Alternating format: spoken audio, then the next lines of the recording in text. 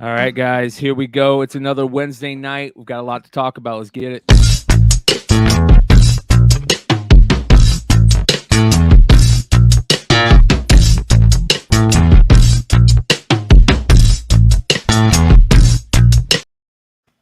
Man, there's been some crazy stuff going on in the card market lately. That's for sure. There has been another fake auto that's been sent out by a card company. We'll get into that. There's lots of news and notes on the market report and the collecting report. We'll get into that. We got some video game notes tonight. Going to get into some Black Series Star Wars figure talk, which is going to be a lot of fun. So we're enjoying it. Thanks for hanging out with us, everybody, on this Wednesday night. I've got Trey in the house. I've got Vinny. I've got Marcus. How was your week, you guys? It's good, man. My week was amazing. My wife did Botox to my forehead, so now I look like a Klingon running around here, looking very. He's headed this way. What is he doing? He's headed towards us. I got a lot going on. I can't even be surprised, bro. I can't even be surprised, bro. Look at this. It's like I have a knot, bro. Anyway, how y'all doing, man? Vinny, how's your week? Trey, how's your week? What happened? What we got? It's good, dude. Work is crazy for fucking me. I believe it. Life is crazy. It's 179 degrees, like it probably is everywhere else. It's miserable to go outside. We're about to enter a recession, which is exciting. And it wasn't a bad week, though. You know, I can't complain. Everyone's getting COVID again, though, around Oklahoma. It's weird. Yeah, everybody's it's everywhere. Fucking it's everywhere. Up. They just announced in Houston that there's a surge of COVID patients. It's this new BA.5 variant, and the variant is way more transmissible than any of the other ones. And even you can be even fully vaccinated and still get full blown this full blown version of COVID. So, but it's not as deathly ill as some of the other ones. I think they said it's a little bit more mild, but they're saying that you'll probably still catch it. So, yeah, my wife works in medicine. She said that they're having them wear face shields again. Oh fuck! Starting today. I'm so pissed off. I got the vaccine, and obviously at the time that I felt like that was the responsible thing to do. Looking back on it, I kind of wish I wouldn't have. I mean, I don't know. Who knows? You know, it's easy for me to say that from right now, but I guess that vaccine could have saved my life. I might not have known it, but it could have, I suppose. But I just hate the fact that there's somebody that was making money off of that. That's the only thing that I hate about it. It's tough, but you look at things nowadays in life where people are just making money off of everything. You know, I like to tell this story that I saw this documentary. I forget what it was called. I was talking about on the Bogcast the other day with my buddy Keith, where it was about chemo drugs and cancer drugs, and they went to this place where all the different drug markets kind of like market their new thing, and they went up to a chemo drug guy, and it was under like a hidden camera, and the guy's like, "Hey, how's business?" And the guy's like, business is good. And he's talking about, you know, all these people that are needing these chemo drugs, and it's just like, man, there's people making money off of everything nowadays, but hey, that's the way it works sometimes, you know. And we talk about the vaccine, and I want to roll it into it's huge news in baseball right now. The Kansas City Royals and the Philadelphia Phillies recently had series in Toronto, Canada. Well, to enter Toronto, you have to be vaccinated. JT Realmuto from the Philadelphia Phillies, Oklahoma City native, good dude, is, basically said that, he's going to lose $260,000 of his salary for not being able to play in the games in Canada this year. And they're like, well, what do you, how do you feel about that? And he said, I don't think it's right that the Canadian government gets to tell me, a United States player, what I put in my body. As you can imagine, he's getting drugged. It's 50-50, kind of like how everything else in this country is. A lot of people are supporting him. A lot of people are against him. And then that happened this weekend. And then right now, the Kansas City Royals are entering Toronto, and 10 of their 21 players are unvaccinated. Wow. And it's causing quite a bit of controversy. It's curious to, the people who, they've listed the players because obviously they're having to call people up, et cetera, et cetera. So, well, it's interesting about a little bit about the Kansas City Royals in general, because they have a player on that team right now that is an absolute stud in Bobby Witt Jr. Him and Julio Rodriguez, which we're going to get into big time on the show, are just on fire. And there are a couple players out there that I expected to be better than those two this year, but man, they are just killing it. And Bobby Witt Jr. is you look at that Dominguez year with Bobby Witt. Dominguez is not the card. Witt Jr. is the card. Yep. It's crazy, man. All right, let me bring up the stats. I got the stats. So for Baseball Reference, I want to bring up the stats so we can look at some of these stud players that are just playing so well. But before we do that, let's talk about this. Let's talk about the top 10 baseball cards right now as reported on Sports Card Investor, which basically just does trending cards. They're kind of like Go Collect, where they take a look at sales on eBay and the secondary market and see how much of a bigger difference from week to week. And you guys are going to be surprised by this. I don't think you guys are going to be surprised by the number 1 spot, but look at that number 2 spot. Number 1 card in both the baseball and overall sports card market this week is the Julio Rodriguez Bowman Chrome first from 2019-2020. And not even his auto, just his regular card is up 39% in his 30-day. 39%.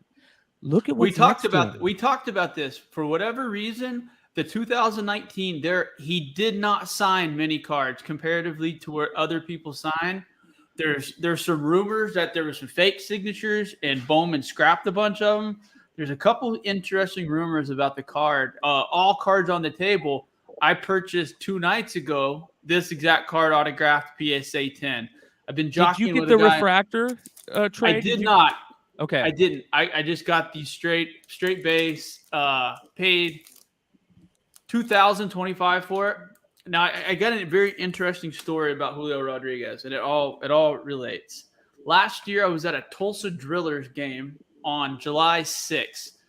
It's a really nice new stadium up in Tulsa, and AA, Dodgers affiliate, and they were playing the Cardinals affiliate.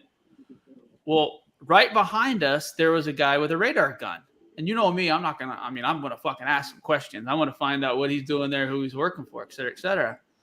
He was a big dude. And you could tell he kind of didn't want to be bothered. So I waited till about the 4th or 5th inning. And I was like, I got to know who you're here to see. And he said he was watching a shortstop for the St. Louis affiliate at the time. And he was like, so you from around here? He's like, yeah. He's like, I don't know how you deal with this heat. And he stuck his hand out. He goes, my name is Steve Decker. I remember Steve that Decker. name. Yeah. He was, look at the 1990 Upper Deck. Yep. He was a catcher, multiple, San Francisco, right? San Francisco, yep. He managed with the Phillies, been a major league scout for 20 years, been in the big leagues for 40 total years. And I was like, I got to ask you. I was like, who's the best prospect that you have ever seen? And without question, he said Julio Rodriguez. Said he said he was one of the main scouts on Tatis when he was on the White Sox.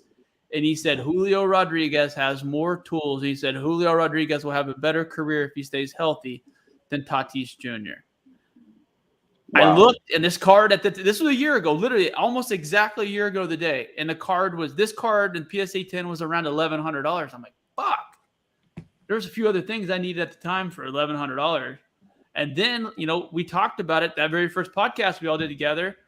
He is on the exact same stat line at the exact same age as King Griffey Jr. And you don't get a better modern bar, in my opinion, than King Griffey Jr.'s career. The time he entered the major leagues to when he finished, he did everything the right way. And if Julio Rodriguez can do a third of what King Griffey Jr. did, I'm confident in my investment, to be honest with you. And I'll be honest, the other thing too, fucking Jason Dominguez is that guy stays healthy. He's a different level. Like Jason Dominguez, Like you look at Tatis and you look at Rodriguez and people like that. Jason Dominguez has the highest all-around talent grade that a multiple scouting service have ever given, and they gave it at 16 years of age. Do not give up on fucking Jason Dominguez. Well, the people have been really worried lately because he's been slumping so bad. He's been slumping in A ball too. Like his numbers over the last couple of days have been really, really good. What's his on base? What's his on base and slug? And that's the numbers you look for. His on base percentage is 376 right now. OPS is 821 though. Yeah, that's OPS is 821. 444 on the slugging. But his last, let's see here. I think it tells me his like last 6 days. There's a way he's up. He's been playing well his last 6 days. Let's take a look if I can do 20. You know you're fucked up when you're trying to scroll a screen that's not even yours. Yeah. I'm over here scrolling and shit trying to get it. Yeah, man, he's playing well right now. So okay, so let's see here. Man, when I went on my 2020 Bowman box binge, I pulled so many Jason Dominguez's out of there, like the chromes and the camos and. Oh yeah, man. Yeah. Now, where are those cards now? They're literally behind my computer. That's where they're sitting right there. Well, here's my thought process on Dominguez. I'll be honest with you guys. Sure. I am going to sell off all my Dominguez shit. Yeah. Yep. I'm going to sell it all. What? And here's where I'm coming from. All right. So I have this thought process about cards right now, especially prospecting. So I am going to, in the past, my prospecting card play was to buy wax. Stupid play, but we all love opening wax. So you get stuck with a lot of paper and Bowman Chrome. The Bowman Chrome are nice, don't get me wrong, but what you want are the color and the autos. So I'm going to keep any color that I have Dominguez, any camos, any of the Bowman First, because remember that year was the first year they put out the Bowman First edition, so I'll keep those.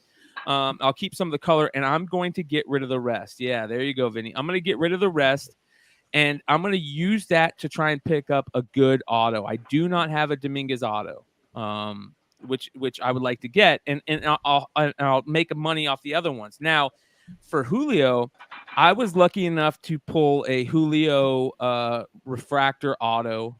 Out of I opened so much of the 2019 Bowman, it was ridiculous. So I have a lot of good studs in that.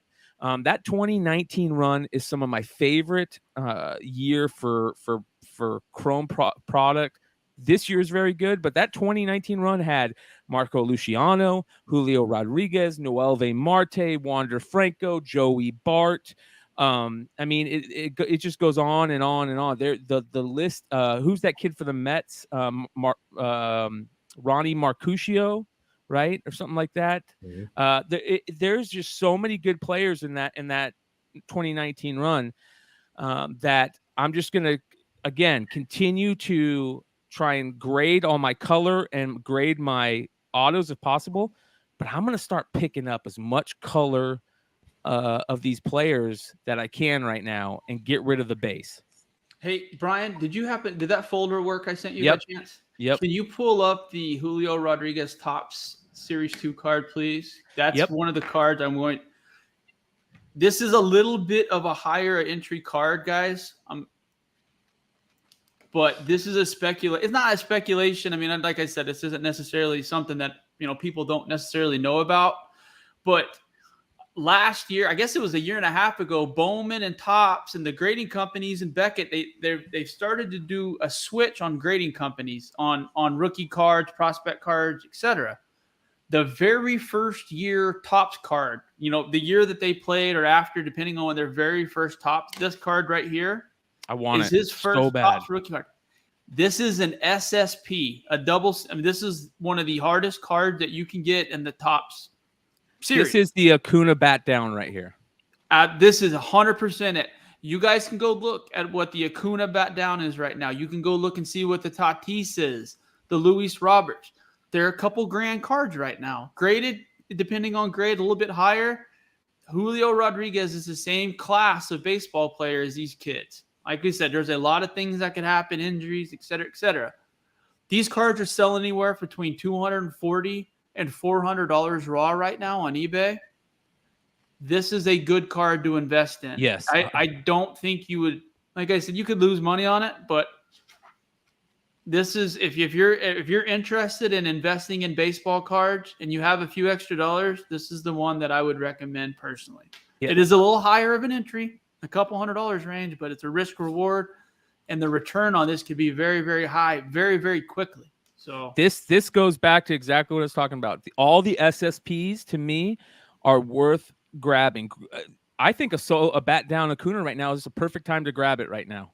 Look at the Soto dugout Gatorade. That and people are asking about that. Discovery Bay's asking about up with Soto this year. Chad Cate's talking about O'Neal Cruz. We'll get into all these guys because Soto to me is still underrated, even though everybody talks about him like he's so great. I look at Soto closer to being the next Mike Trout than anybody else in the league. I think that Soto is that guy. I don't think you're wrong. I think if he stays healthy, which is the same problem Trout has, if they could play 140, 150 games a year for 10, 15 years, I mean, Soto's bat's just different. I mean, the power, his opposite field power from left is just different. His bat speed and his sound he makes when he hits it. And he's fun to watch. He's got a little wiggle in him. You know what I mean? Like he does. He's got a little cockiness to him. I want to see that. I like that Latin flair, to be honest with you. Yeah, I think that's been very Baseball good for the needs game. It took a long time for the stiff white guys to like it. I don't like this. I don't like the showing up bat flipping, but I like some of the stuff that's being done. And it was brought in by the Dominicans. I love that card. $4,000, Brian, I got the SP card I think it was 3 or 4 years ago in the old Discord when you told everybody about the clearance packs at Walmart. Yep, this one I cleared out every right. Yep, and I got one of those. Yeah, that was my crown jewel from opening up all that tops that year. I want any of the SPs and any of the SSPs. The bat down Acuna. I want the SP Acuna. Supposedly, you can get one of these per case. I've seen people chase the SSPs and pull, back in the day, you could get a case for something cheap. I couldn't even imagine what a case of 2018 update goes for now, but it's not even 2018 update. It's 2018 updates. It's 2018 Top Series 2 for the Acuna, right? Yep. He only comes in Series 2, just like this SSP Rodriguez will only come in Series 2, and his regular rookie will be an update. Let's take a look at that Acuna. I have one of those. The bat down? I do. I have a raw one. So dude, are you kidding me? $450 for a PSA 8? Like that's rough. A 9, $475. Like this is silly. And here's the thing about Acuna is he's still injured. Like I said, he's still not, like, his cards have dropped in value. I don't know if there's a lot of people that you can say that Soto's the best pure hitter, this and that. Man, Acuna, before he got hurt, there wasn't anybody more dangerous in baseball. There was nobody that anybody did not want to face more than Ronald Acuna. Yep. I don't know. That's what's fun about baseball right now with Adley Rutschman in Baltimore, Rodriguez in Seattle. I mean, Bobby Witt. I mean, you can literally go down from Vladimir Guerrero to all the good teams, all the shitty teams. Have some pretty good prospects that are playing in the big leagues right now. Attendance isn't bad, all things considered. Baseball's on a swing right now. Yeah, I got a ton of the Julio Mojos, man. I probably got 10 of them. So you got a refractor auto? Yeah, I got a refractor auto. So one of the things that I want to do. Why don't I just I'm gonna start texting you before I buy shit, because you have, like I said, we still need to figure out this Michael Jordan Gretzky trade. Yes, or we cash do. Or whatever we got to do before before those get out of your hands. So yes, guys, on the Julio, I was just looking. It looks like his ticket debut is April 8th, 2022. So if you guys are interested in that, are there physical tickets for that? I just sent you guys a link. Yep. Oh, then I'm gonna bring that up. Hold on here. Let me bring that up. It's on the I'm buying one right now. I'm just fucking doing it. I just bought one. Yeah, what the fuck is this? Click an image captcha shit for eBay. Are you kidding me? Have y'all seen this? I'm having to solve a captcha. Oh, I've never seen that. How much is the ticket? How much is the ticket? Like 100. Too 100. much for you, Marcus. 160, something like that. 169. Oh yeah, I get it. That'll be my first ticket that I buy. I'll buy a ticket. I'm gonna get a ticket. Yeah, there you go. That's not bad. Excited. If That's I can not get bad. through all the boats that they're trying to say. Yeah. Well, that one sold was me. so some of the cards, I guess, baseball wise, I mean, to me, those are the two big ones are the Dominguez and the Julio Rodriguez. There are 2022 stuff is just so far in the future, but there are a couple players that are really playing well right now in that 2022 stuff. That Sawinski kid is up in the bigs. All right, guys, this is relevant to the show. We got to talk about this. This is an alarm. Right now, cards are being released on Walmart. No shit. Wow. Hold on, I'll tell you exactly what is being released. Oh shit, Prism Mega Football. Right now on Walmart, Mega Football Prisms are online. Dead ass serious. Get online. Everybody that's in the chat, go to Walmart right now. Prism Football. Go get Mega it right boxes. now. I'll try to send the Mega link. boxes. Anyway, one of the cook groups I'm in has an alarm app. Anytime anything big gets released, I only have it on my phone. I won't let him do it. But when big stuff like Panini Prism gets released on Target, Walmart, or any of the big ones, they'll do an alarm. PS5s. I mean, you can make it. So as soon as something they're having technical issues. Does that surprise you? No. So yeah. Sorry about that. I didn't mean to interrupt, fellas. Well, that's good stuff, man. Because shout out to everybody out there looking for mega boxes. Go play the click game on Walmart. And with I don't know if you guys saw this, but Zach Wilson's cards have fucking blown up after this weekend. They were already trending a little higher than Lawrence's stuff, but after this rumor that Zach Wilson banged his mom's best friend and caused his girlfriend to break up with him and go with his ex-best friend. Have y'all heard about all this shit? No. Oh my God. Oddly enough, I heard about it. Yeah, it's crazy. Yeah. Dude, literally, the talk of the NFL. Like Zach Wilson's ex-girlfriend, the one he was with the last couple years, put a new Instagram photo up with a guy from the Washington Redskins. It was Zach Wilson's ex-best friend. Wow. And then the comments, they were like Buddy Hopper or something like that. Homie Hopper is what they were, hashtag Homie Hopper underneath her photo. And the girl responded like, nah, she's the real Homie Hopper. I left him because I caught him banging his mom's best friend. Oh my God. Wow. And then there was tons of memes because Zach Wilson's mom and Giselle, Tom Brady's wife, are friends. I mean, there's tons of memes of like that guy hauling ass home. I mean, but it was a talk. I mean, all the NFL players were tweeting saying Zach Wilson's going to be a legend his first day when they get to, camp and all this stuff. But his cards blew up too. Well, here's the interesting thing. When we go to the we're basketball, talk about number 2.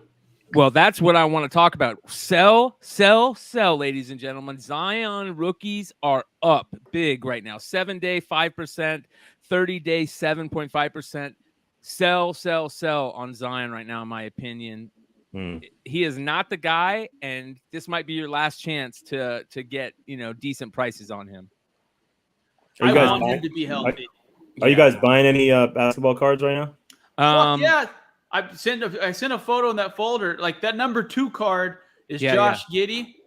He was the number 6 pick last year out of Australia, Oklahoma City Thunder. Anyway, the Prism just came out. The first FTOL just came out. First of the line just came out. That card right there.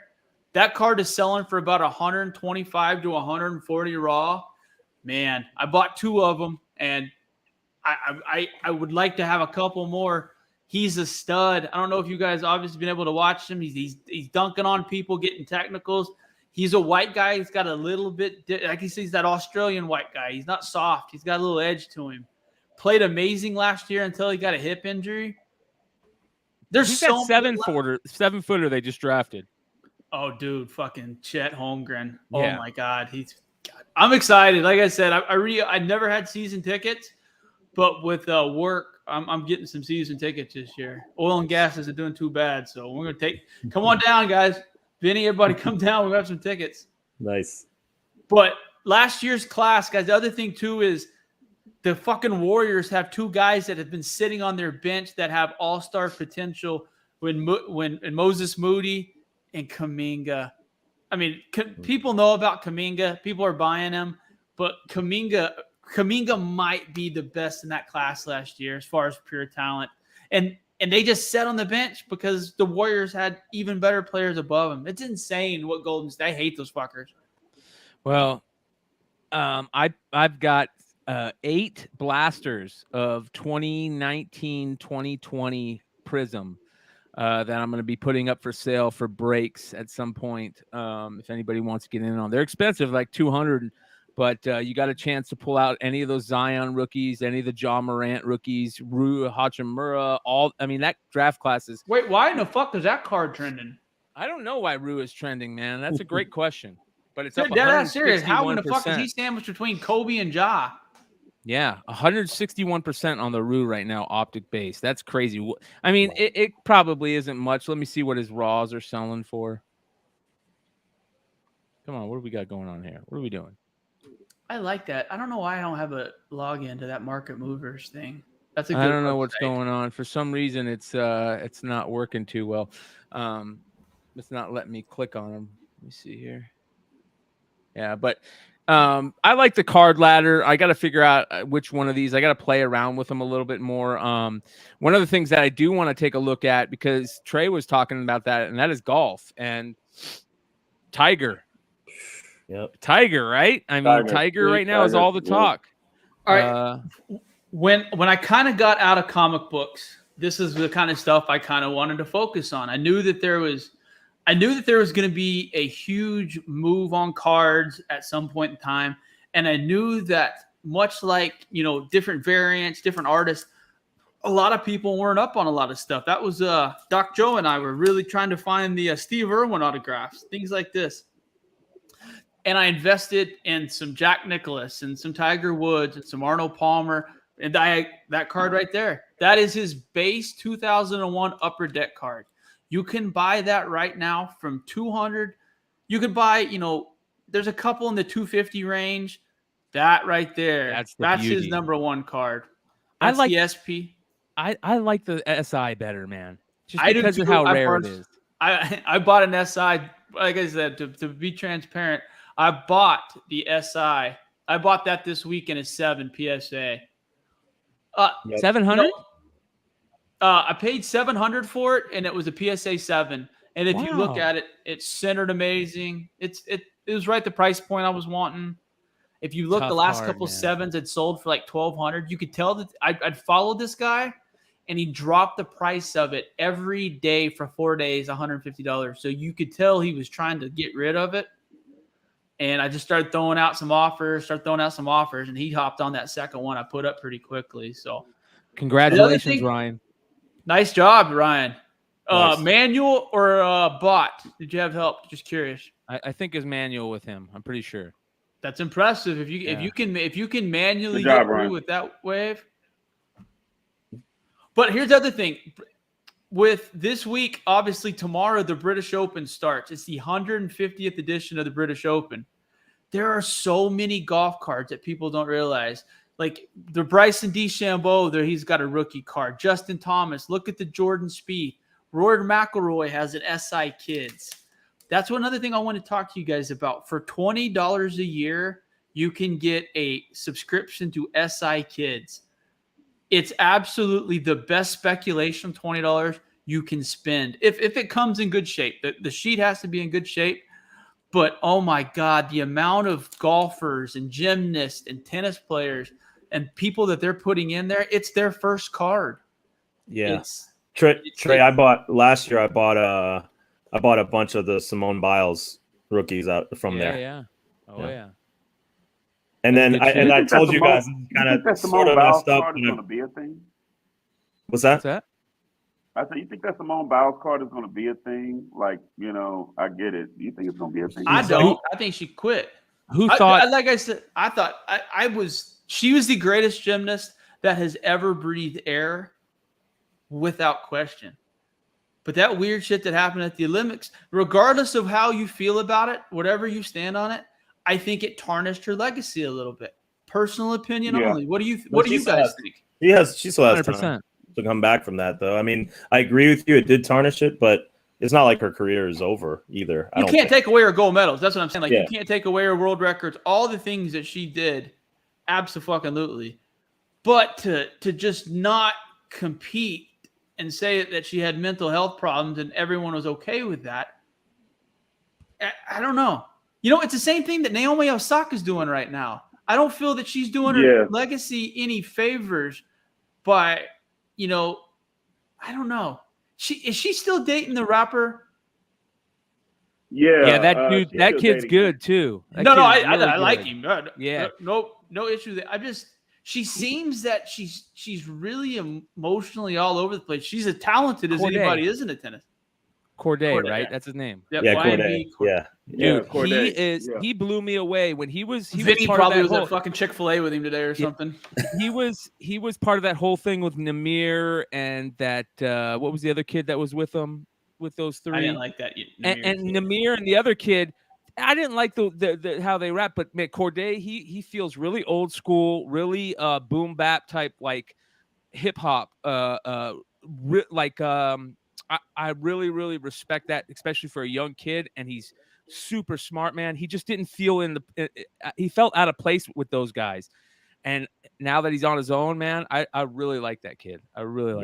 Yeah, I feel like he can do the boom bap and the trap stuff like pretty flawlessly. I was going to mention my messed up Sports Illustrated spec, but I bought this Brittany Griner Sports Illustrated for Kids card. Creed, hey, you are right, dude. Mental things are a thing, and I'm not judging her by any stretch of the means. The only portion of that thing that I'm judging is that she was in a competition, and if she wasn't mentally in a place that she could compete, there was a list of girls that would have literally severed their fucking left finger for that opportunity to compete at that level for the United States. So if she knew that, if she felt that way there, she felt that way before she got there. That's the only thing I'm judging. Like I said, I know her brother had some murder issues that I don't know if at the time, some murder trial stuff. There was a bunch of stuff. She was sexually assaulted by that fucko doctor, the gymnastics doctor. Definitely not judging. I was just speaking more on how I felt about her value, her card value, and where people might come from. Not judging, in my opinion. Well, I may have sounded judgy, so.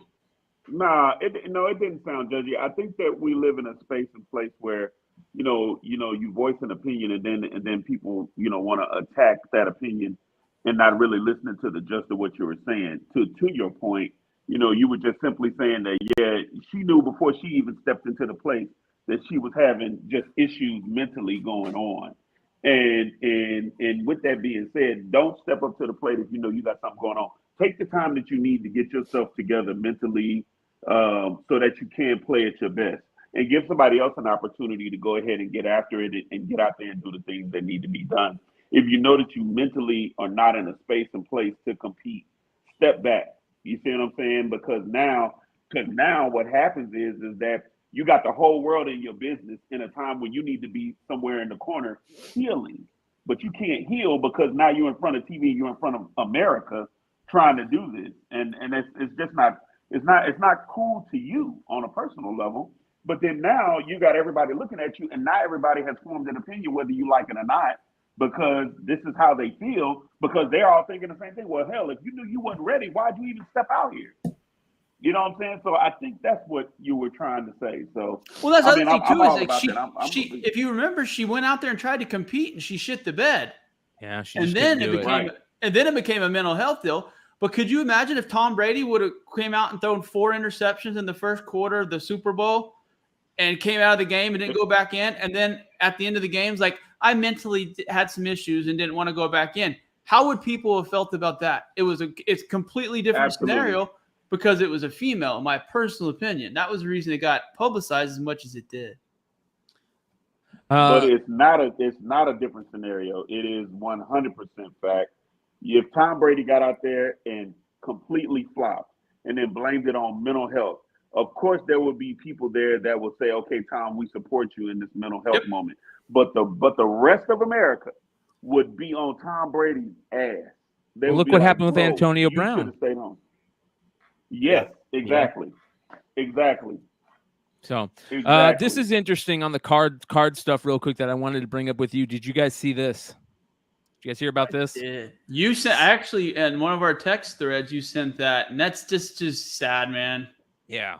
So for those of you guys that don't know, Topps and Panini, who are the two big card companies in the market. Upper Deck only does hockey now, but Upper Deck is not. They've done the same type of stuff before. But the two biggest card markets, Topps and Panini, have had some problems in the past sending out fake autographs as certified real autographs, and it happened again this last week with the what is this? The Topps definitive boxes.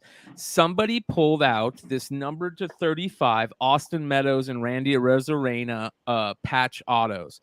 And if you look at the two autos on the card, they don't look anything like their regular autos. Well, that was not the only the only person that pulled this card. A lot of people were saying, "Oh, maybe they just signed it weird, or maybe it was an example card." Topps sometimes will send like, "Hey, sign here," and some people will sign it, but no, it wasn't. It was neither one of those. As a matter of fact, it was straight fake, and they're trying to figure out what happened. Here's another one that was pulled by our good friend over at Rip and Wax, Chris, who just is an amazing breaker. Make sure you guys follow Rip and Wax. He's one of the good ones. He pulled one of these and showed it, and same type of thing. And Topps put out a thing about it saying that they were made aware of questions regarding the authenticity of the autos, and they are not real. It says these types of issues are exceedingly rare. We take extremely seriously and will work with the customers holding this card to make the situation right. To that end, each and every customer that has received this card will be sent a full replacement box of definitive baseball and a replacement card of equal value. But there has been there's been quite a few cards throughout the years that this has happened on. Some of them that I did a deep dive trying to find the whole list, because there should be a list out there of them. But one of the most famous ones is the Dak Prescott auto pen. Dak Prescott's rookie year Prism card was all auto penned. His mom had him signed with an auto pen. They figured it out afterwards. It just feels so cheesy and lazy to me for these guys to, not want to sign these things, because people will figure it out and they feel cheated. And when you cheat somebody over a sports card, it's lazy to me. And it not only happened with Dak Prescott, you guys, it also happened with Luka. If you guys remember, Luka Doncic had that crazy story about his mom signing his cards Lulu. It's happened with hockey cards throughout the years. Devontae Smith-Pelly back in the old Upper Deck Cup years. So Upper Deck, it's happened to. He used a stamp.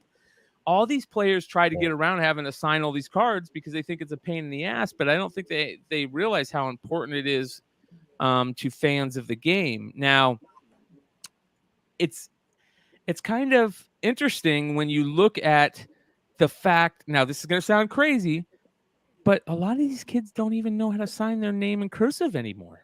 Yeah, that's true. They don't teach it. Know. They don't teach cursive anymore. Yeah, they don't. You're 100% right. They do not teach cursive anymore, and a lot of these players. As a matter of fact, my buddy Eazy-E hit me up and he showed me a card that he pulled out of Bowman not too long ago. Let me find this. Of that would just blew me away. How bad it looked. It was. Let me find it here. Anyways, their autos just are getting horrendous, absolutely horrendous. It's sad. Do you think a lot of it is just people getting lazy and just getting somebody on their team to just, in their, entourage to just sign it on their behalf? Do you think that's a lot of like that stuff that's going on, or? That's a great question. Like, for example, this is what I'm talking about. Look at this auto right here, you guys. I can't really blow it up that much, but if you guys can see here, it's just two circles. Like, what the hell is that? Like, I've never seen anything like that. And this is because this is out of 2020 Bowman. Kids don't know how to do that. They don't know how to sign in cursive. I don't know what to think, man. Did Topps end up? Are they recalling those cards, or are they just aren't letting recalling it? They basically said anybody that pulls them, get in contact with them. There's only 35 of them. All right. So here's the card. It's out of 35. So they're basically saying if you have one of these, contact us. We'll not only give you a new box of definitive, we'll give you a card of equal value. So I mean, do you think those fakes will hold any kind of value in the future? Just being that That's it's an interesting kind of thought. controversial. say that again. I said, do you think any of those fakes will hold any kind of value in the future, being that there's only 35 of them and that they're controversial? People are already trying to find these. It's selling for more on eBay because of that. You're 100% right. It's just like people loving air cards. The Dak Prescott auto pen. People are searching for those cards. There's all kinds of auto pen cards out there in the past that it becomes something of value to people. Yeah, that's crazy.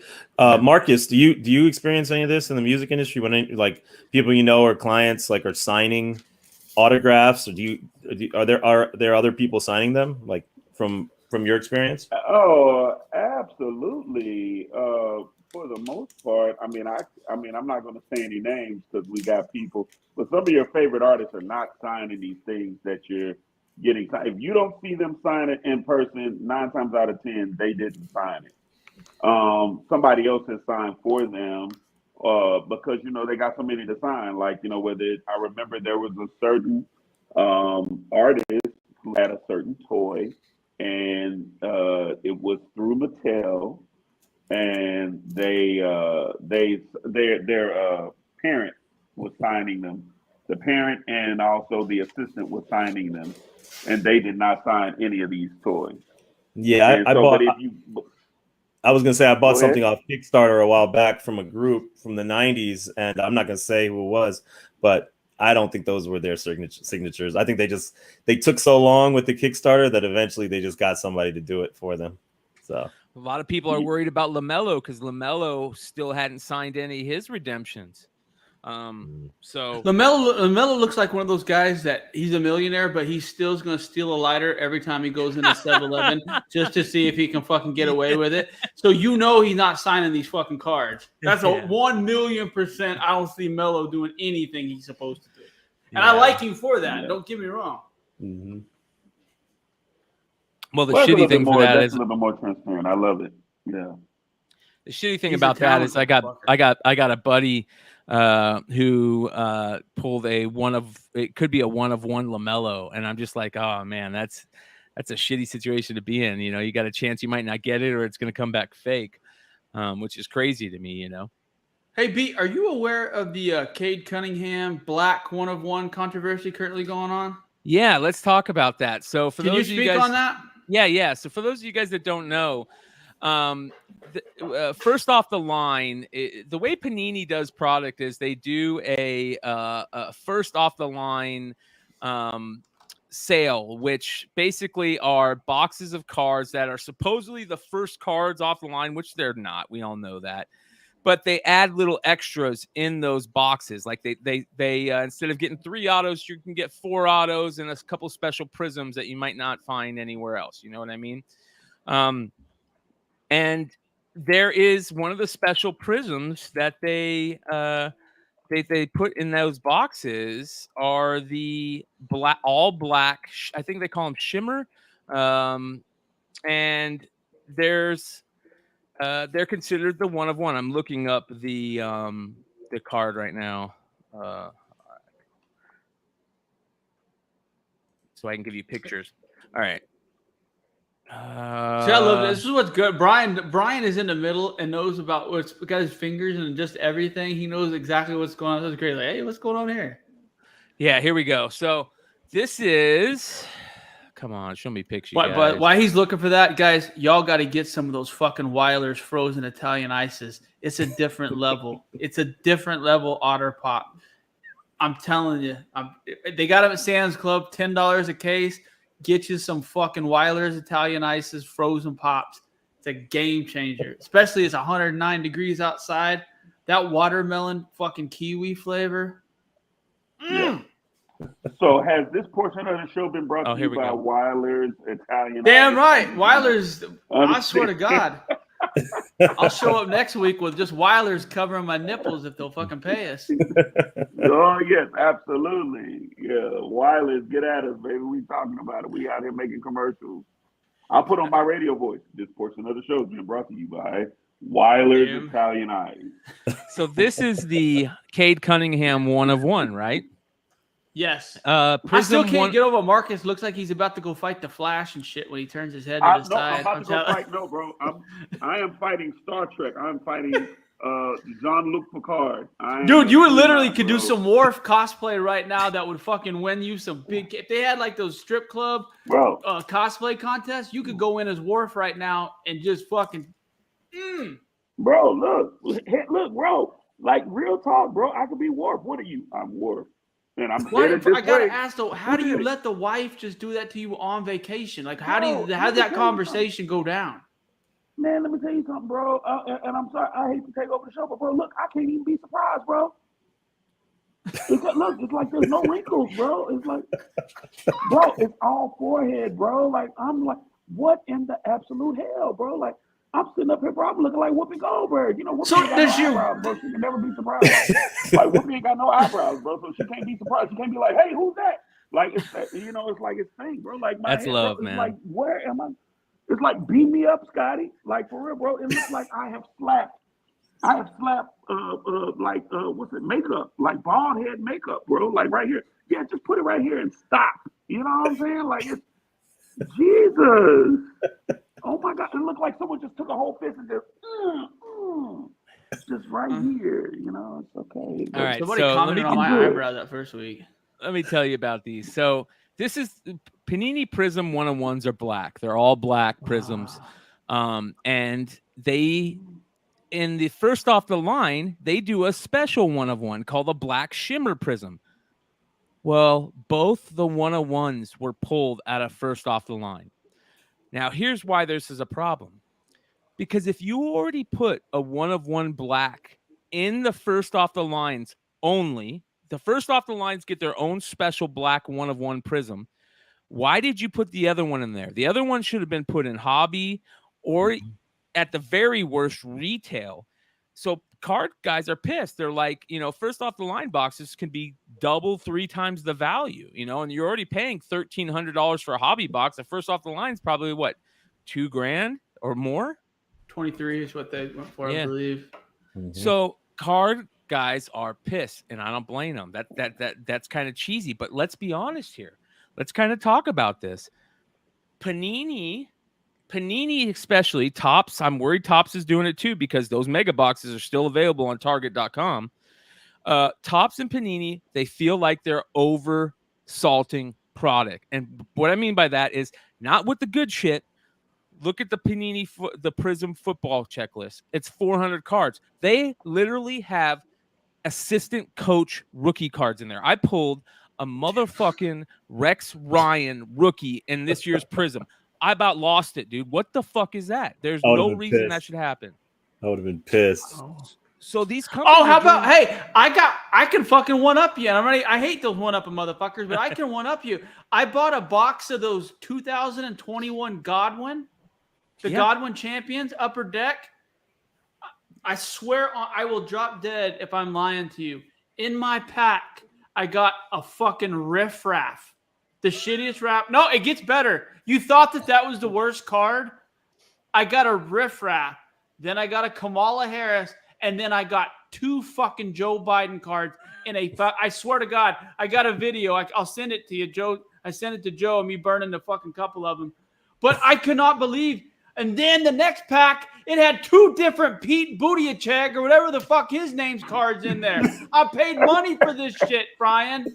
I was trying to get Tiger Woods and Tahis Tagali golf cards, and I'm getting fucking this shit. I will never buy fucking Upper Deck again in my life. I will never buy Prism again. I will not buy Prism again just because listen, they put veterans in there of guys I've never even heard of, like Kevin Myway. Like, what the fuck is Kevin Myway doing in current product. That guy was not a great player when he played. You know what I mean? Like, that guy's not deserving of a veteran football player. You know what I mean?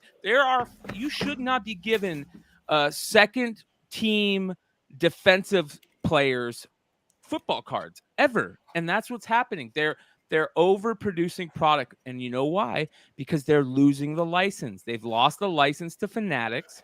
Fanatics is going to start putting out cards in what, like a year and a half or 2 years? Ugh.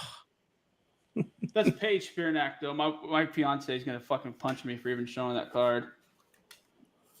But I'm just so you don't think, like, I'm going to show you just a random sampling of the shit. Just so people don't think I was fucking lying.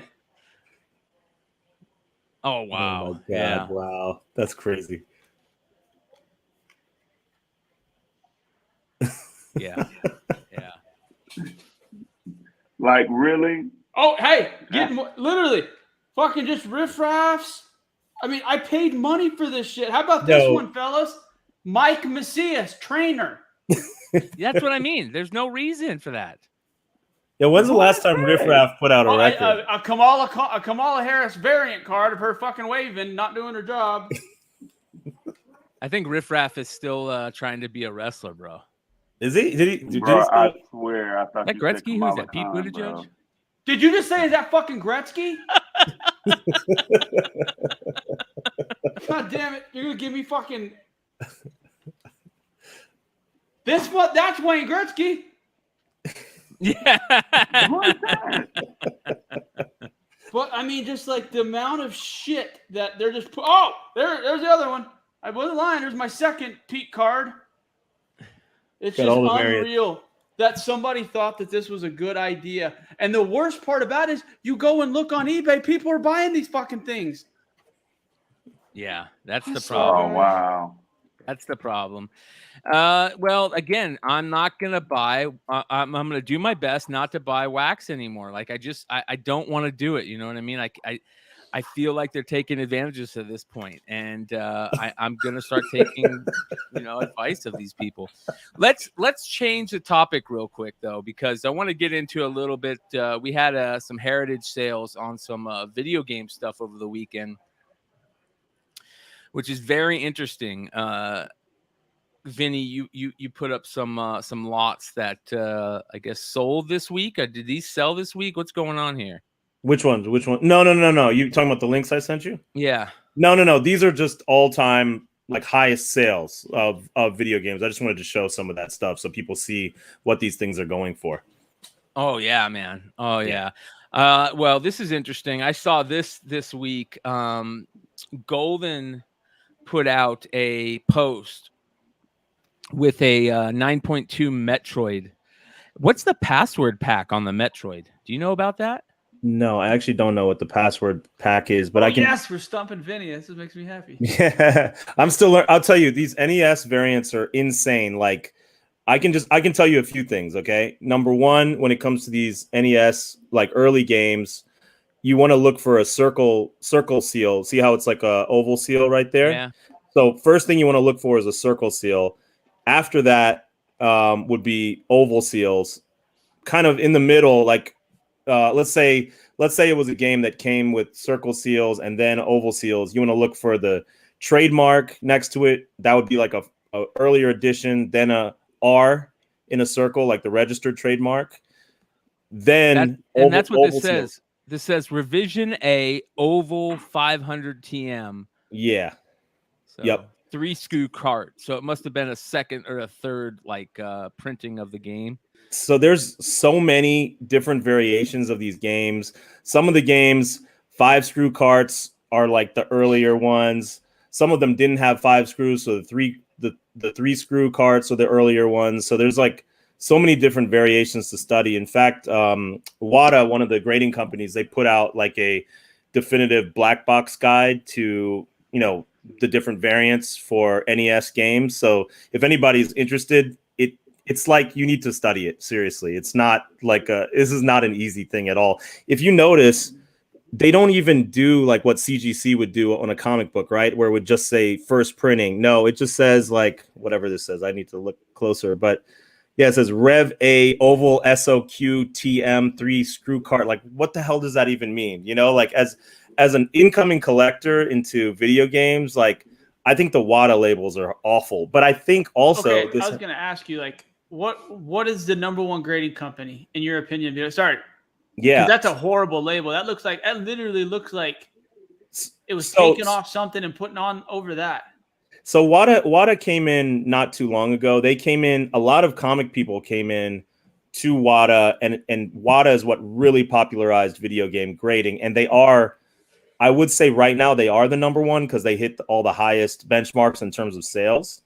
However, VGA would be the other like big competitor. And that's, you know, if any of you guys grade like action figures or things like that, AFA, CGA, that company made VGA for video games back in 2008. So they've been around pretty much like a decade earlier.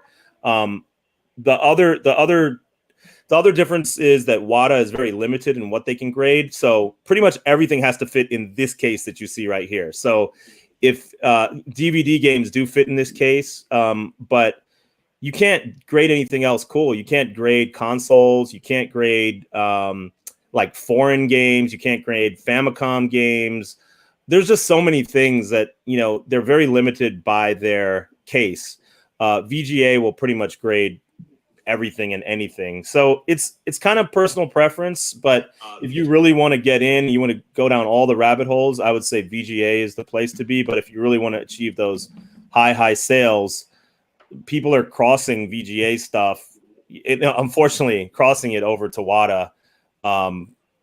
But like the label, going back to the label, I'm just like, okay, if you're coming into this from any other hobby, I don't even know what I'm buying, you know? And the problem is I don't think they 100% know which print it is because people are still discovering what the prints are in video games. So yeah. So anyways, long answer. No, that's exactly what I want. Sorry, I didn't mean to throw you off your deal or not, but I just was curious. Like that label just didn't look like premium to me. I was curious if that was the PSA, the CGC of that or not. But it is. Yeah, I would say WATA is number one, VGA number two, but CGC is coming. Look how good that VGA that VGA label looks. It looks more like CGC or PSA. Yeah. So the issue is like for people like us who are coming from comics, the grading scale on WATA is just like the normal CGC grading scale, whereas the VGA grading scale is like from 0 to 100. So it's a little hard to figure out for some people, especially when you have so many parameters, how a VGA compares to a WATA graded video game. Yeah. Speaking of WATA, isn't it a little fucked up that they didn't put Watto in Obi-Wan? I was really disappointed that I'm serious. Tell me you didn't want to. Let me sell you and your aunt and uncle again. Seriously, you can't tell me you didn't want to see Watto fucking slinging poor children and shit somewhere. Hey, Chad Cave, I want to address this real quick. Chad Cave says, kind of sucks watching, and I know he's joking on this. He says, kind of sucks watching 4 people that I know are smarter than me. Y'all collect comic books and know and collect all this other shit. That's exactly what this show is for, brother. This show, we were just talking about this before this episode behind the scenes, that we really want the show to be one of those places where you guys get to know about the stuff that you don't know that's out there. We open your eyes to other cool collecting stuff that you may not have known about, but you remember, the items. It's nostalgia. It's fun. It's new shit. So that's kind of what we're trying to do, is open your guys' eyes to a lot of stuff out there that is very collectible, that might not be comic books, could be related and might not be related, but all these collectibles, we really hope that you guys enjoy this. So that's the thing. We're not going to tell you to buy anything that our own money hasn't purchased. True story. Like, we're not going to go tell you that, hey, go buy fucking Mickey Mantle 52 tops. Unless we've bought the 52 tops, we're not going to tell you to buy something. And we understand that, people are on a budget for the most part. They're looking for something they can get in cheap and turn around in a little bit and sell some. That's what we're going to try to give you guys. And I can tell you with video games, I went in and made all the mistakes for, the first few months. I bought all the things I probably shouldn't be buying. I was just trying to understand it. But, now I think I'm in a better place. Still learning every day though. No, dude, people hated Obi-Wan because it was fucking cinematic shit. That was the reason they hated Obi-Wan. It had nothing to do with the lightsaber duel. It had to do with the fact that he couldn't fucking beat 3 stormtroopers, and then an episode and a half later, he beats a guy who just tore apart a galactic cruiser with his bare hands. We're supposed to believe that shit. All right, check this out, you guys. This is a big one. This was the biggest one, right? This is the one that caused all the hubbubaloo, or however you say it, about video game sales, right? This is because if you think about it, why would Super Mario 64 was a cool game, but was this the most iconic game to people? I mean, who has this type of nostalgia where they would pay 1.6 million for this game? I don't know. It just feels holding on to that shit. That is terrible. This is where people started. Trash game. You're right. This is where people started thinking there's some fuckery going on. This is exactly the moment that I remember people going, "What the fuck? 1.5 million for fucking Super Mario 64? It's not even GoldenEye." You know what I mean? Although, and I can't be mad at the person that made 1.5 million. Yes, I agree. I'm not mad at that person. But come on now, Super Mario 64. That is just blasphemous to be making 1.5 million on Super Mario 64. That game too, because that's the shit of all the Mario games. That's shit. How about this, Marcus? Here you go. Now this Mario is 3 is this. If you notice what I was saying before, this is a Circle Seal TM Zelda. I believe this is a second print. But again, almost $900,000 for this thing. Now, this is something I'm going to get into later for people who are more budget collectors, but who want to think smart about things. This went for almost $1 million. Do you know that there was the Japanese version of this that predated this by a year and a half? Came out way before this. What does that usually sell for? Like $2,000. Wow. And before that came a promotional item called Charumera Zelda that came out as a promotional item from a ramen company out there. So I get it. We all have nostalgia, and these things are awesome, and people want to pay to have what they, had as a child and, in pristine condition. But I think once people really start learning about the history of these games and going past the nostalgia, there's so much cool shit out there. Yeah, here's the OG Ultimate for a lot of people, right? Mm-hmm. But let's just there it is. But how is Zelda and Mario Brothers not moving for 1.5 million, but Mario 64? I promise, I'm just really outdone right now. That's just like, what type of world do we live in that Super Mario 64 is beating Super Mario Brothers, period, on the original Nintendo or the Zelda? Like, do you really? guys? Okay. I know Bryan. I guarantee you, Bryan had this. Sounds like he had the same childhood I did. So I wouldn't be surprised he has the exact same memory. Do you fucking remember right before Mario 3 came out? You remember the movie Power Glove with the Wizard? Where it had the Wizard. Hell yeah, I remember it. That was the first time that we saw Super Mario 3. Mm-hmm. I've never in my life been more excited for a video. Like, never bugged my parents. Mario 3 with the raccoon tail and the spinning and all that shit was. I think that was God, video games were simple, that they were good. Mario 3 was the pinnacle of video games to me. Like, I've never been more excited for a video game in my life than I was for Mario 3. They did an amazing job with the movie tie-in. I mean, we were getting played as kids. We didn't even know it, but yeah, with Mario 2, we got really played, right, Vinny? Yeah. I can give some background on Mario 2 also. That if you guys noticed like how different it is from the original Super Mario Brothers, it's because basically in Japan they thought it was too difficult. The original version, which is now Lost Levels, was too difficult for American audiences, so they actually reskinned another game from Japan called Doki Doki Panic, and then put that out as Super Mario Brothers 2. They just, put in all the Mario characters, Toad, Princess, and put that out. And that's why it was so different. So yeah. Mario 3 was a game changer, man. It really was. It was such an amazing event. Yeah. Switching gears. Lego is dropping a King Bowser. Look out for that. I think it's dropping August 20th. Nice. Lego is dropping a King Bowser. That's what Bryan was talking about last week. Nintendo memorabilia seems to do really, really well in the secondary market. And then you throw in the Legos, the double collectability that we like to see. Two different, fan bases coming together, fighting over limited stock. That usually is a good. Oh my God, is that the first year? Is that 94 or 3? No, this is what was this? I think it was 94. 1990. And then what predated this was the first Is John that a Madden. PC game? No, this is Genesis. PC came out before this. It was 1988, I think. It is Genesis. Yeah, the PC one is the original Madden. Yep. Right? Yep. It's the original. Dude, can you think, honestly, what's so cool, I see the collectability over games like Madden and NBA 2K, because that has transcended so many genres, in my opinion. I mean, the NBA 2K soundtrack in itself is fucking amazing.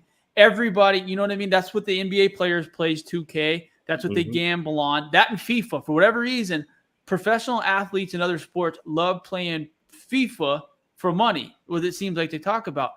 But, I mean, consider like all the rap songs, the pop culture, everything that was spawned from this game.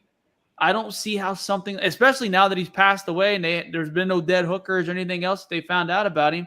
Like, how does stuff like this go down in value? I'm dead serious. Like what could make, these early high-grade John Madden games lose value?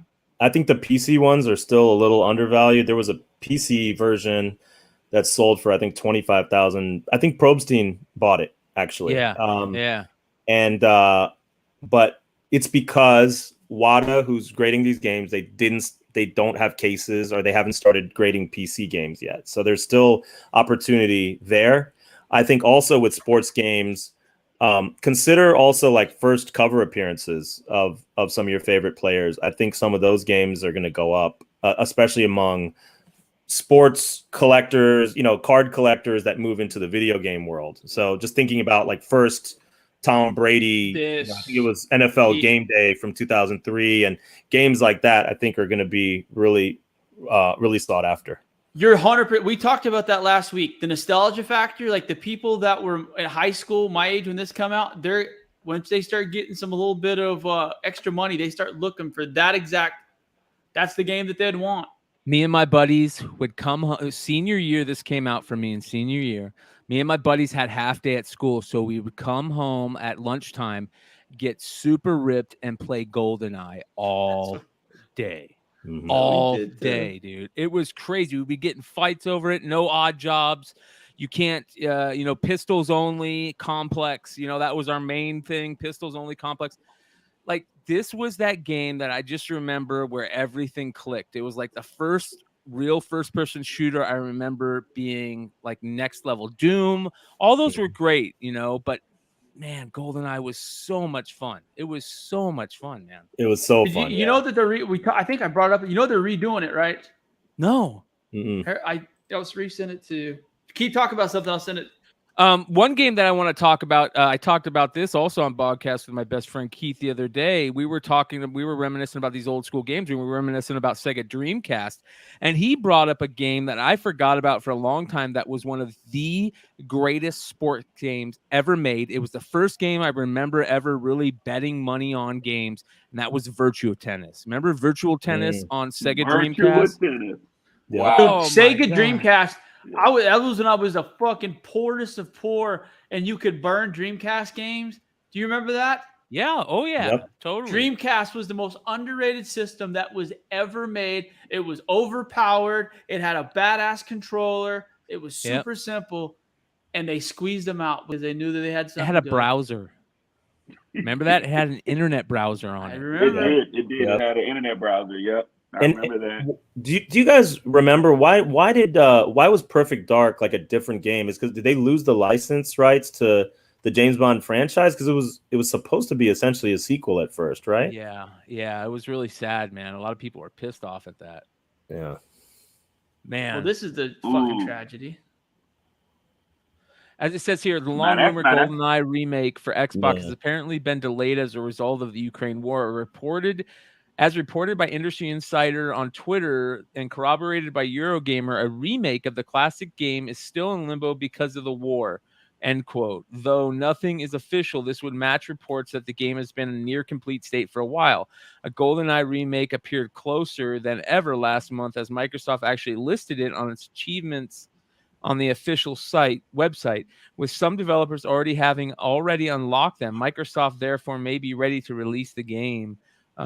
Why is it being created in Ukraine by a company? I believe the lead designer for that 1 vs. 100 team that does a lot of that stuff is from the Ukraine and went back to either fight or, which is Admiral's shit. Don't get me wrong. That sucks for the game, but you gotta sometimes go and fucking kill people trying to invade your home. Yep. There is a couple more on here that are pretty interesting. Of course, a lot of people were Sega people, and instead of Mario, they played Sonic. And I'm seeing, to be honest, you know what's crazy? I see a lot of young kids playing Sonic on Twitch. That's like their go-to game is old school Sonic. Really? I was gonna say the kids that played Sonic instead of Mario that hung out with us are the same kids that had fucking unfrosted Pop-Tarts too. So. That's called toast. They were eating toast. Everybody else was eating Pop-Tarts. Toasties were good where you were from. Toast. Sorry, I didn't mean to interrupt you, but I just had to say that. Fuck. Oh my god, dude, you're right. That's toast. I think Sonic was actually a game that originated it's a Japanese game, but I think they released it in the United States first because they were trying to compete with Mario and have a mascot. This is one that I absolutely love, and I've talked about this cover before to this box. This is Bill Sienkiewicz right here, and of course they put out a promo comic for this that has this exact same cover. That is very tough to get. It sells for in terrible condition for over $100, easy. Yeah. So and then there are a few. This is like I got like 4 of them sitting within arm's length of me right now. Nice. So this is one of the first PlayStation games because in terms of versions, because this is the long box. If you look along the side and how it was, so they had a few different versions of Resident Evil. Fun fact: it actually came out in Japan first as Biohazard, and they couldn't. I believe they couldn't beat the trademark for the rock band called Biohazard. Yes. In the United States, and that's why they had to change their name kind of last minute to Resident Evil. Isn't that funny, man? That's funny. That's crazy. I'm not surprised. I'm not surprised at all on that. All right, let's do this. I think this is the last one. This is the big one that we've all been talking about.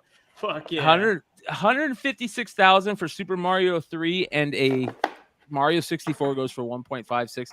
That's what I'm saying. There's a problem. Yeah, and I want you guys to notice something about this too. This is one of the first copies of this. It's called a Left Bros. So Super Mario Brothers 3, the brothers is usually above the Mario's hat. This is an error. So that was at the beginning of the run where the bros was on the left side of it. So these Left Bros typically go for more than the original versions. That's cool. Yeah, that's badass, man. That is cool. That's bad. So, now, Benny, I got a question for you. Real quick, in regard, if I was wanting to buy Modern Warfare 2, what's the best copy of that game to get? And does that matter? Obviously, they can't go back and take shit out, but I know that Favela was removed because of 2 racist Islamic 2 paintings in a restroom that were what's the right word? Derogatory to the Islam culture, apparently. In the game? So the game? Yes. And they took that you can't play Favela anymore. So I don't. I don't know. I'm just talking. Yeah. I mean, those controversial versions definitely have more value for sure. Like there's what is it? Vice City, the Grand Theft Auto game has a Kill the Haitians version, where they were saying kill the Haitians, and so that one actually got recalled. And that's identifiable by a particular barcode on the back. So if it has that, then you can get that recalled version. But to answer your question, usually on the PS2 stuff, there's so many different factors. But you're probably looking for a copy of the game with a little the little foil sticker on the top right hand corner. That's probably what you're looking for. Like that would be like more of a first release or launch day release. Do you want? Go ahead, Trey. Go ahead, Trey. No, I was just gonna ask. Do you want to get in? Like, what's the minimum grade you would buy on a modern game? Like, what's the 9.8 equivalent on a WADA or? So it is 9.8 actually. Okay. That's what I need to know. Yeah. So I mean, of course, with the modern games, there's going to be more of them that were kept sealed. So I would try to go as high of a grade as possible. My opinion differs a little bit from some of the other video game collectors when it comes to the NES games and those older like Genesis.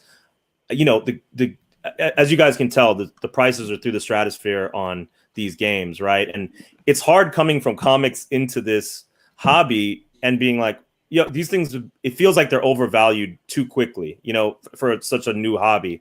So I don't mind the 7.5s and the 8s and things like that. These guys are like very like, has to be 9.8, 9.6, 8++ seal grade, because there's multiple grades that this thing gets. But if you really think about it, I would love to have a Super Mario Brothers sealed at a 7.0. Why not? Because I think as these things dry up, there's really probably not many of them out there. And as they dry up, they're going to get impossible to find. I mean, we're talking about these games being comparable to I think the census for Golden Age comic books. I don't think there's going to be a ton of these games where people didn't actually open them. Now, Vinny, God, I'm interested in this video. Now we're probably going too long, but fuck it.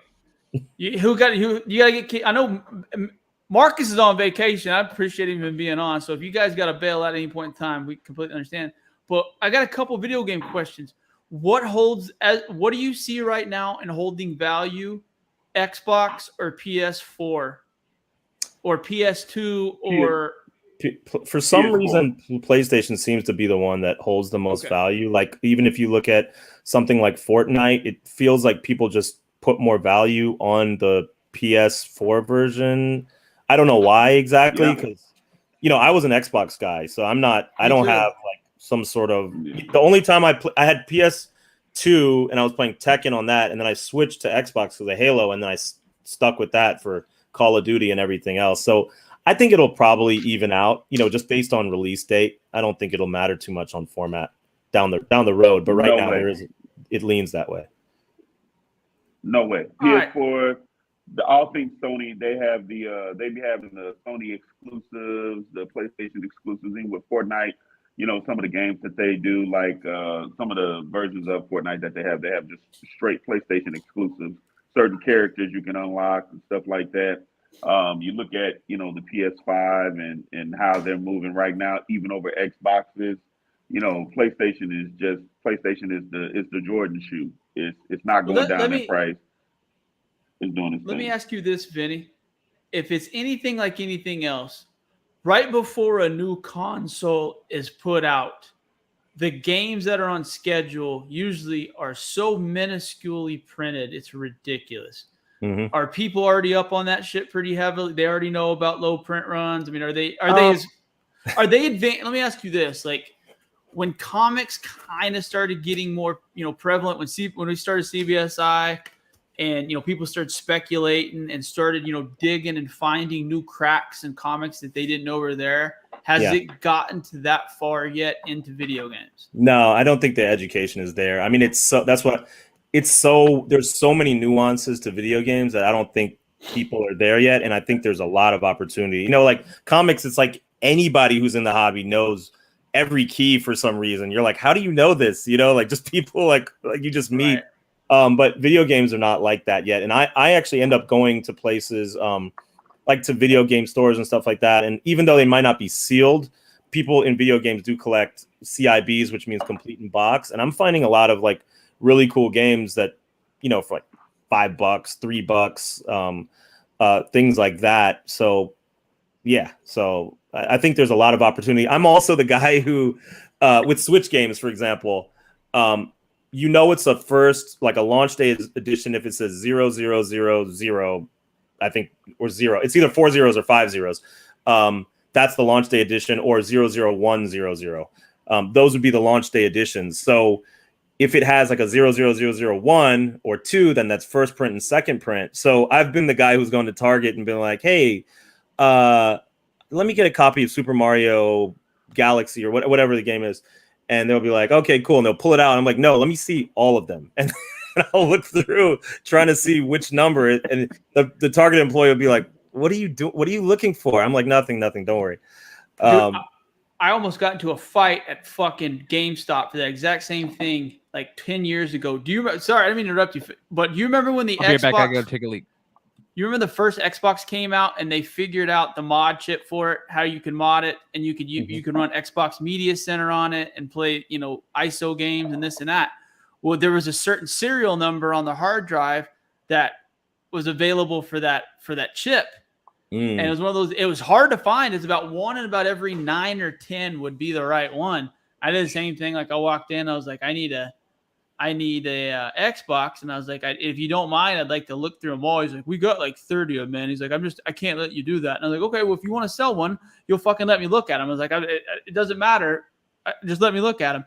Went back and forth. Guy started yelling at me. Like, he's like, no, he's just trying to get back there and steal them all. And the manager's like, why do you need to do it? I was like, I'm looking for the right. Let me back there, found one, modded it in the whole 9 yards. But I totally get it. Like when you go and look, when you want to buy something, you should be able to look through the whole stack of what they have to see what they have. I mean, here's the other thing. If I'm a video game collector and I'm looking at it, I may want to see the seal quality. I may want to see what the actual outer seal looks like. I may, scratches can cause, differentials in the grade, so there's things like that. But nobody's actually thinking like that. And especially when it comes to modern video games, people are like, okay, you're buying it to play it, right? Joseph Pantalon says Metal Gear Solid made PS2. Agreed. Yes, amazing game. By the way, what's going on, Adam and Awesome Sauce Radio? It's been a long time, man. It's really cool. That's what's fun podcasting again, is seeing a lot of the people that I did a really piss poor job when I kind of exited the comic scene and not staying in touch with a lot of people, and that's on me for probably doing that. But I've really enjoyed seeing, Kenny Chi, everyone showing back up and saying hi. So, well, we're gonna get into something that you've been kind of up on for a while. I know you talked about it in the past, and that is, our big kind of segment of the night, and that's Black Series Star Wars. And the funny thing is that there are some really good resources online for Black Series Star Wars. I grew up, with Rebel Scum. You remember rebelscum.com, and Yak Face Toys was another one that did all the original figures. But this is I put this website in the description for anybody that wants to go check it out. For those of you guys that don't know, Black Series Star Wars, when did they start trading? Like 2013, I think, is when they came out. I believe so. Late 2012. It started in about 2012, 2013. They've produced, I think, over 400 figures so far. They put out figures in general stores, Target, Walmart, Walgreens. They also have exclusives when you can only get online. They have exclusive for stores. Was the first series this orange wave in 2013? Yes. The one that you had a photo up just for a second is the original wave. Yes. And this one right here is absolutely amazing when you look back at it, because I'll be honest, when these came out, man, I wasn't into them. I was always a 3 3/4 guy. You're not wrong. I felt the exact same way about them. These thought that 6-inch, you guys. I thought that they would, for the Star Wars market to thrive and go on into the later years like we're in now, I thought they had to have the exact same format. Like you said, the 3x7.5 on the card, the way that they did it. Well, they made a really smart decision by going this route, because you could tell that the collectors at that time were wanting a more premium figure. They wanted more articulation. They wanted better lightsabers. They just wanted a better figure for displaying. And the Black Series checked all the boxes for that. And like I said, they're 6 inches, and you can just look at the faces. A lot of time they have multiple faces, multiple lightsabers. I mean, it's just a higher quality figure. Instead of, $6.5, $7.5, They're 18 to 19 retail, usually pay about 20, 21 after tax is what you pay for a Black Series figure. But at the same point in time, this became their main line of figures about the time that, you know, the new Star Wars started coming out. This became the main. They've done a couple other lines, but the Black line is the main one for the Kenner Hasbro. And much like any, it's real quick. I just want to drop in there. It's pretty amazing to see that they, in the first go around, they dropped a slave outfit Leia, which, you know, we all know Star Wars and Disney and they are no-go on slave Leia anymore. And they dropped a 6-inch figure of her back then, which is crazy. It's only 10 years ago almost. So, I mean, that and this figure right now is selling for, you know, $120, $100 to $120. And listen, yeah, the Cara Dune figure, man. Let's get into that because I want to show the guys, I want to show everybody basically the top 10 figures. Yes. And that Cara Dune figure is high on the list. $260, I think at one point it was pulling in. What are we seeing now on the Cara Dunes? Have you been keeping up with that? Yeah, it's $70 to $90. I mean, it's okay. But the thing about that figure is it sells quite a few. The other thing is I did a piss poor job as always, which is my fucking nickname. Here's recent retail prices on some of these, which is nice. And the Cara Dune, yeah, 165 is about a normal going rate for these 149. Here's what I was wanting to see, like show you about the premiumness on these figures. Like this is the Target exclusive Boba Fett. That's dope. I mean, look at the different fires it comes with. I don't know why this thing's not focusing on this shit, but that's a little bit better. Is that when did that one come out? Was that the Kenner Tribute? Yes, that was the one. It was a Target exclusive. And dude, that's the one thing I spec'd on it. I have 32 of the Jin Jaren very first Black Series Target exclusive. They were going for about 100 last year, but that's one of those other things. I just don't see how the very first figure of that's gonna fucking go down. You know what I mean? Like how is Din Djarin gonna go down in the Mandalorian or you know Grogu? What is gonna cause? And another thing, sorry about comic books, but you guys know the very first appearance of the Mandalorian and Grogu cameo was this week in Mandalorian 1 comic book. Yep. Yeah. Yep. So which is kind of shitty because it's just a retread of everything that happened in the show. It is, but remember, you know, for all those years, and we were like, oh, yeah, those Boba Fett first appearances, none of those first appearances are going to be worth dick.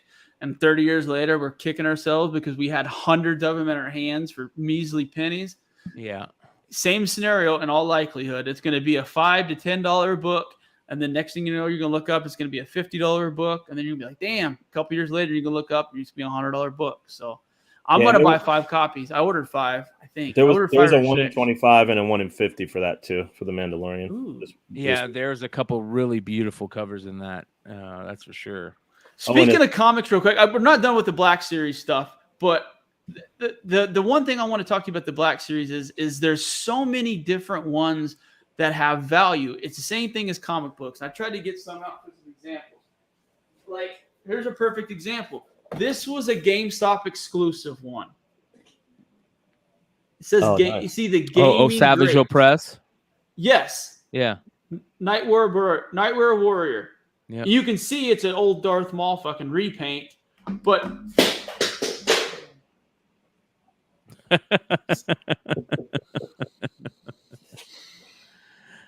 what just broke? Fucking figures, baseball cards, everything.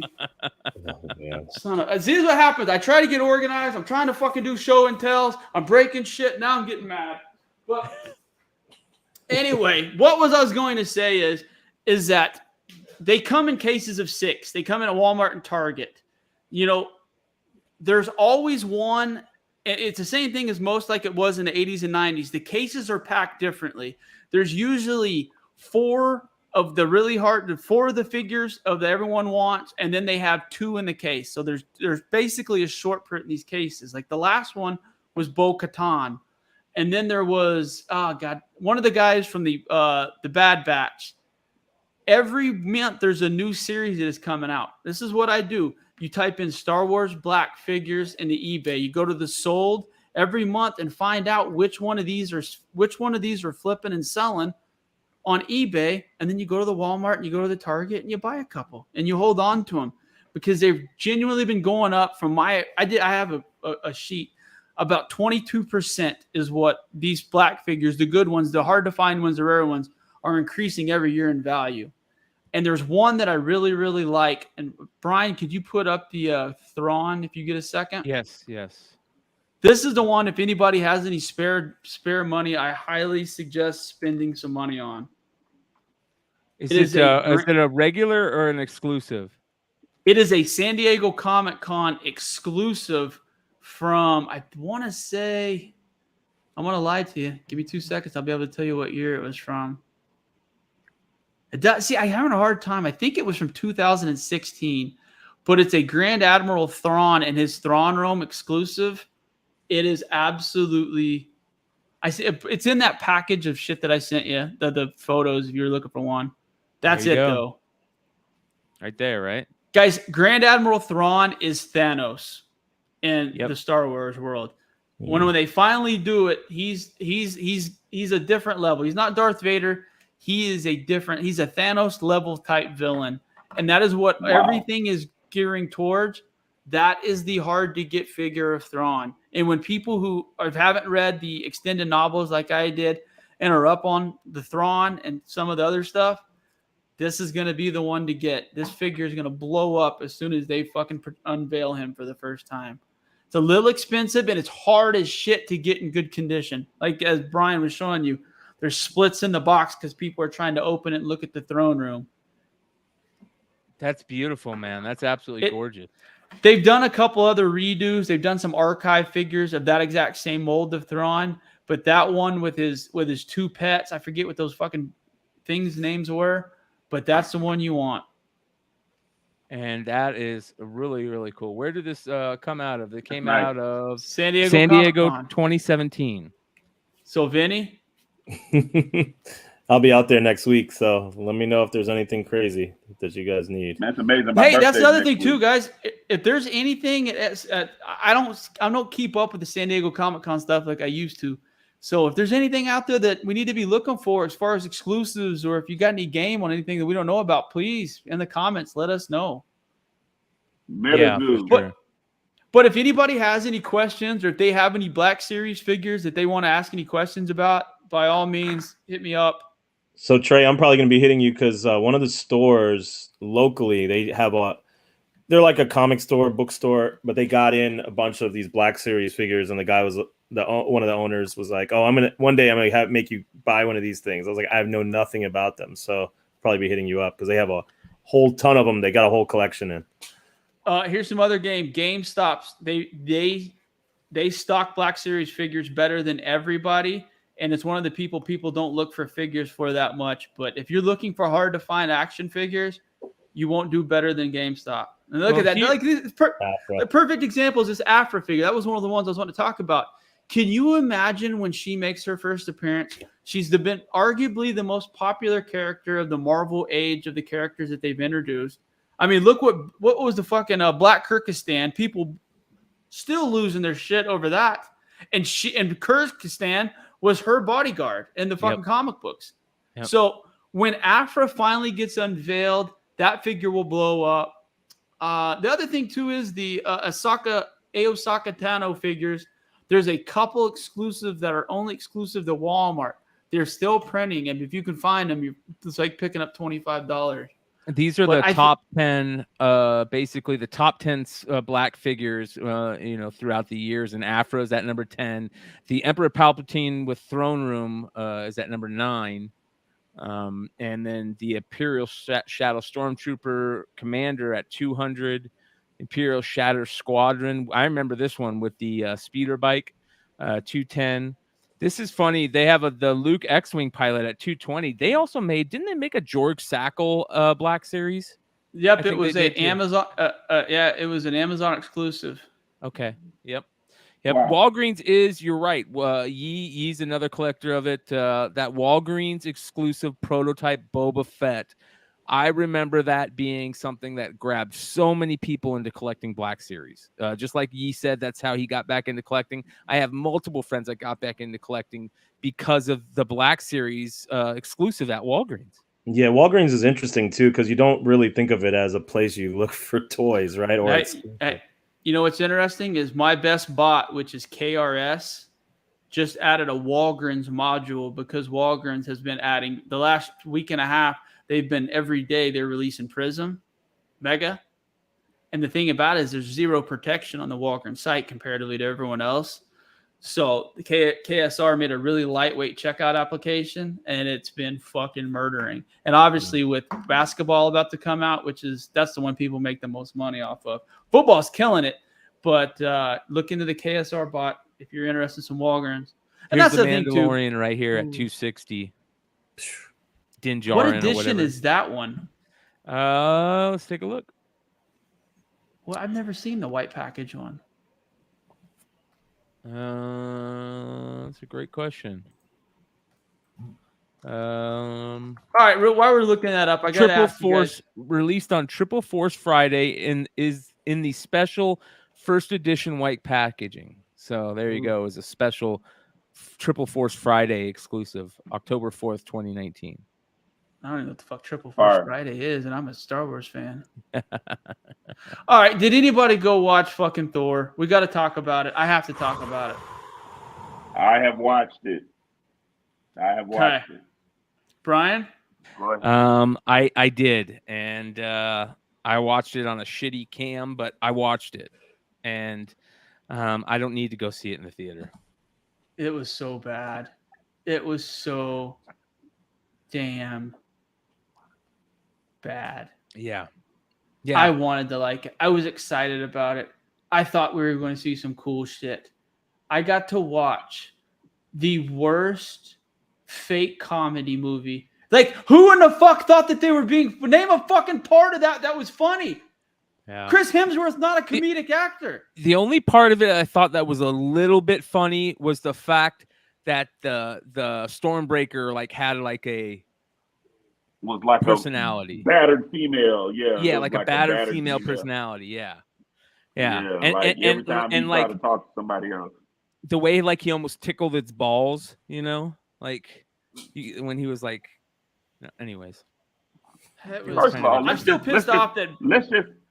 Let's talk about this. The Rock, what's the Rock's name? Ilanini or whatever, the Shadow of the Ninny. What's the Rock's name? His partner. His right-hand man. Korg, right. Right-hand man means a whole new fucking meaning when it comes to Korg now. You're right. That's my point. That's what I was saying. I was like, yo, what's up? Korg is sitting there and he's singing the song and it's like, yeah, we're gonna get it on. It's with the Rocks. We're gonna get it here and shot da. He's singing and shit. And I was like, what kind of shit is this? What are we doing? What are we doing? Marvel, what are we doing? Thor? What were the Guardians in the Galaxy in it for? They were just a quick hitter to open it up. That's all they were. He was with them.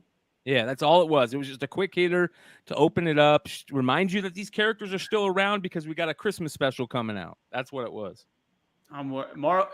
If they don't fucking unveil what they're going to do in this fourth phase quickly, I'm losing interest. I really am because I don't give a shit about Kang. I'm sorry. Kang's a shit villain.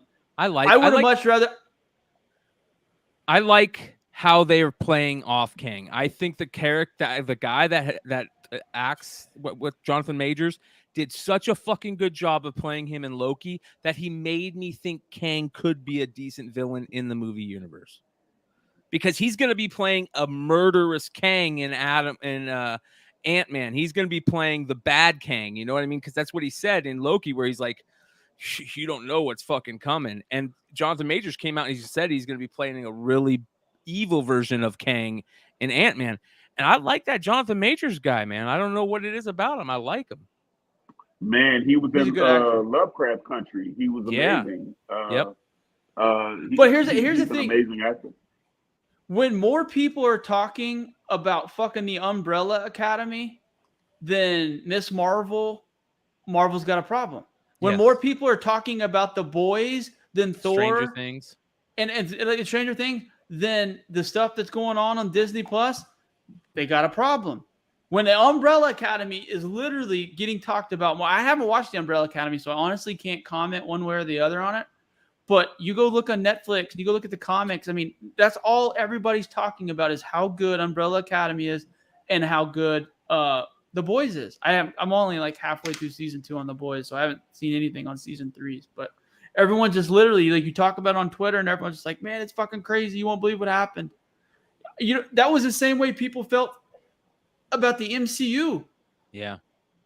I'm sorry, I don't give a fuck about Hercules. No one does. I think that Marvel fucked up by how they played their villains off. You shouldn't have to kill villains. Why in the fuck do you kill Gore? Yeah. Yeah. He should have been done. But he didn't die. I mean, he didn't die. He was well, no, God, but yeah, he did die. But I was thinking about the Rock Man. Yeah, but Gore. I mean, I like Christian Bale as Gore. I'm not gonna lie, he did. I mean, love Christian Bale. Like maniacal kind of Joker kind of thing. I think the kid part was cute because it's for the kids. I think that's what they were really trying to do. They were trying to really inspire a new generation of people with the kids. Doesn't really match what kind of went on, whatever. But I think what Mjolnir was doing was cool. With Jane and how it was breaking up and coming back together. I think that was cool. Those little bits and pieces were kind of cool for me. The movie overall was kind of okay, whatever. Like I watched it, understand what they're trying to do, whatever. Like, were you gonna take kids to go watch that shit? Like, that's the thing. Like, I was gonna take my 8-year-old nephew who's excited to go watch it. I'm not gonna go take him to a fucking movie. It's got a bunch of bare asses and a bunch of fat fucking gods talking about orgies. Like, seriously, that was in the Disney movie. They're talking about orgies and shit like that.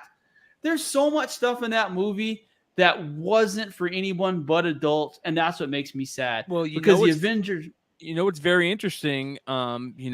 Listen, you guys know that I've been watching me on content a lot. Like, I'm very honest with this stuff, and one thing that really kind of got to me was, if you remember, during San Diego Comic-Con, or not San Diego Comic-Con, I forget which con it was or which event they were at, but Natalie Portman was there with Taika Waititi, and they really slathered on like the fact that this is a gay movie. This is for gay people, and they really slathered it on. And now, rightfully so, a lot of gay people are going, "What?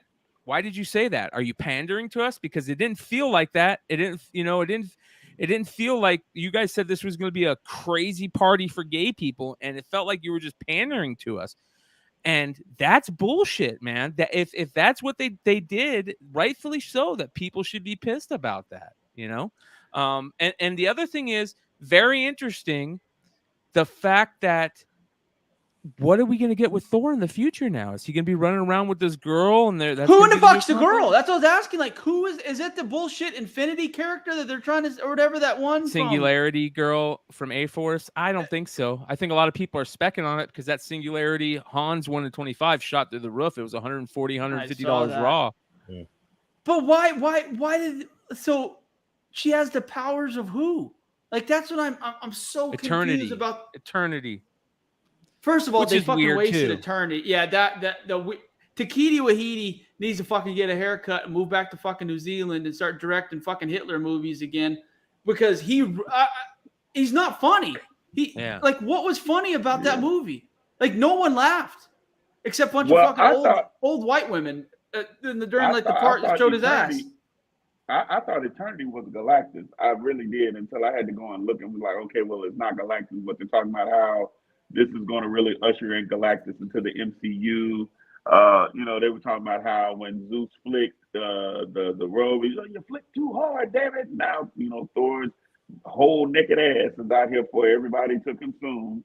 Women falling out. Then when he dresses back up, to throw the robe back on him, and the women are mad because he's back with clothes on. I'm like, I had to close my daughter's eyes. I was like, "Hey, baby, don't look at this. You don't want to see this man's ass." Like, whatever.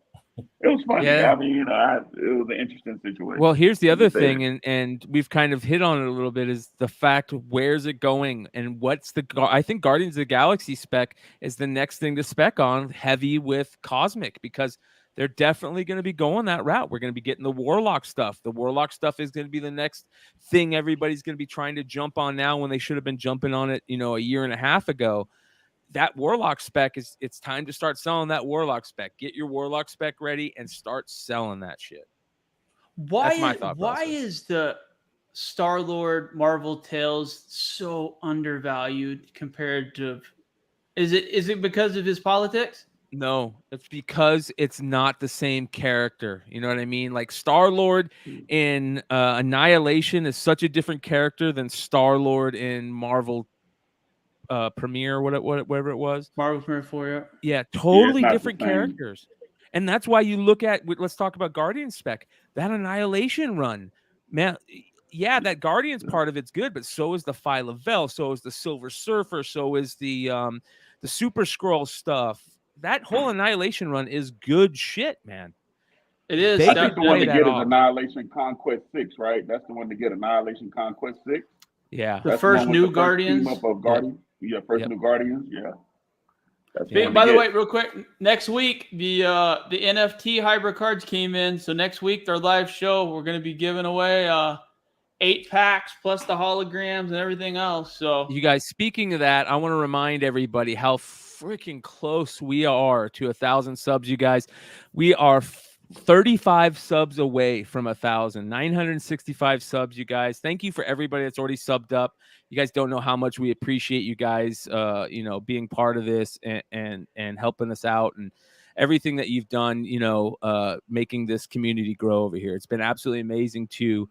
In less than 3 months, I think it's been just about 3 months now that I've been doing it on my own, bringing everything over here to this channel and bringing it over, creating this great group of hosts over here. I think we've done it in 3 months, guys, and you guys have really done an amazing job of showing that you guys support us. So thank you. It's pretty amazing. So we're so close, 35 subs away, you guys, and everything changes as soon as we hit those 1,000. You guys have no idea what's coming. Just from us four alone on this show, like the ideas that we have, that we've been talking about, and how we want everything to play out, it's going to be crazy. And I appreciate everybody that's a part of it. Oh yeah. So we got one last thing we got to ask people this, because it seems the last 4 weeks that the most excited that people have gotten is when we randomly have gone off and started talking about our favorite rap stuff. So before we get out of here, I gotta ask everybody a question, and I want people in the comments, if you're still listening, to chime in with theirs. But Marcus, are you able to answer a question, sir? Yes, I got to do it quick because my phone is about to die. I know. Ahead, we got it. What's your favorite verse all time? Favorite verse all time. Who shot you? Biggie. Oh, it's so good. Oh my God, that's so good. Oh man. Soon as he said, I can hear sweat trickling down your cheek. Yeah, your heartbeat kind of like Sasquatch feet. Yeah, Wow. I ain't mad at that. All right, Brian. Yeah, I'll play it for you. You guys ready? Fuck yeah, play it. So this is, to me, my favorite. It's almost my favorite line out of any song ever, and I kind of gave it away last week, but I'm a huge Richie Rich fan, as you guys know. I talked about it last week. I love Bay Area hip hop, and this is it right here. This Tupac line right here is the greatest line ever. And plotting till they die. Ask me why I'm high. And my reply till the day I die. Don't want to picture this cold world through sober eyes. That's it right there. Ask me why I'm high, and I'll reply till the day I die. Don't want to picture these cold world through sober eyes. That changed my life when I first heard that as a kid. Like, I was like a 14-year-old kid going, holy shit. Like, and I had just found cannabis, And you know what happens when you just find cannabis? Like everything changed in your life. You're like, man, I gotta quit being an asshole to my parents, man. I gotta call this person back, and like everything changes, and you're like, yeah, I know what that is right there.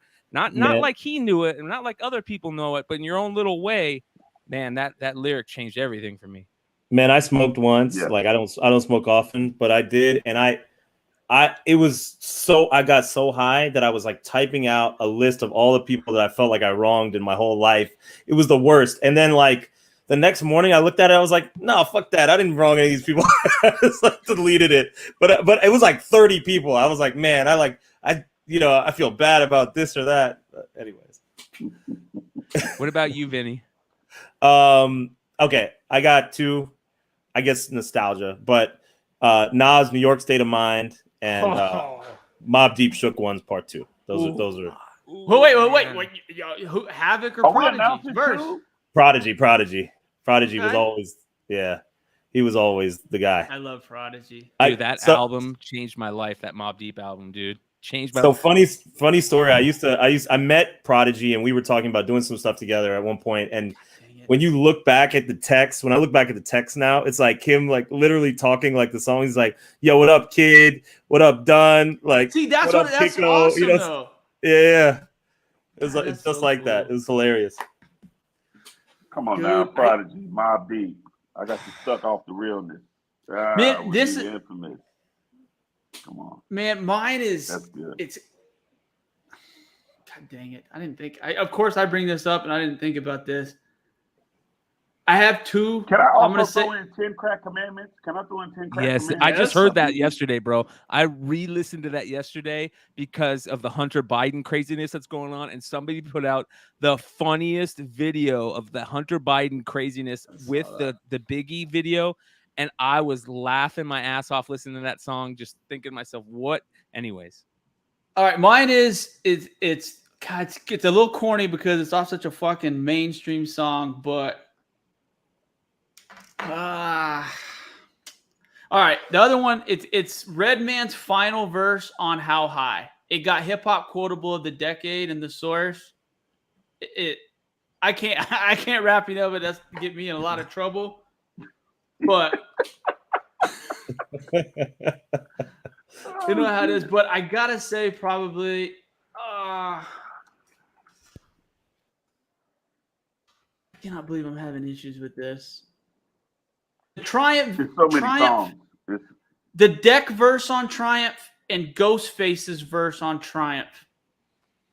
Yeah. And Ghostface's verse is varied, but I still have been looking for a pair of black and gray Pumas for fucking 30 years that would be dope enough to wear because of that line. So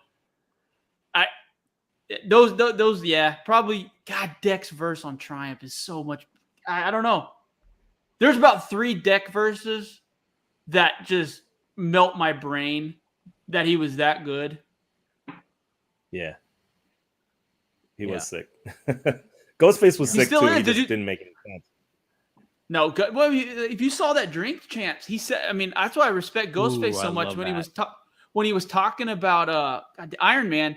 He said it was by far the worst Wu album. He's like, dude, I didn't even rhyme on 2 of my songs. He's like, on 2 of my joints on my album, he goes, I don't even rhyme. He goes, I don't even have a verse on it.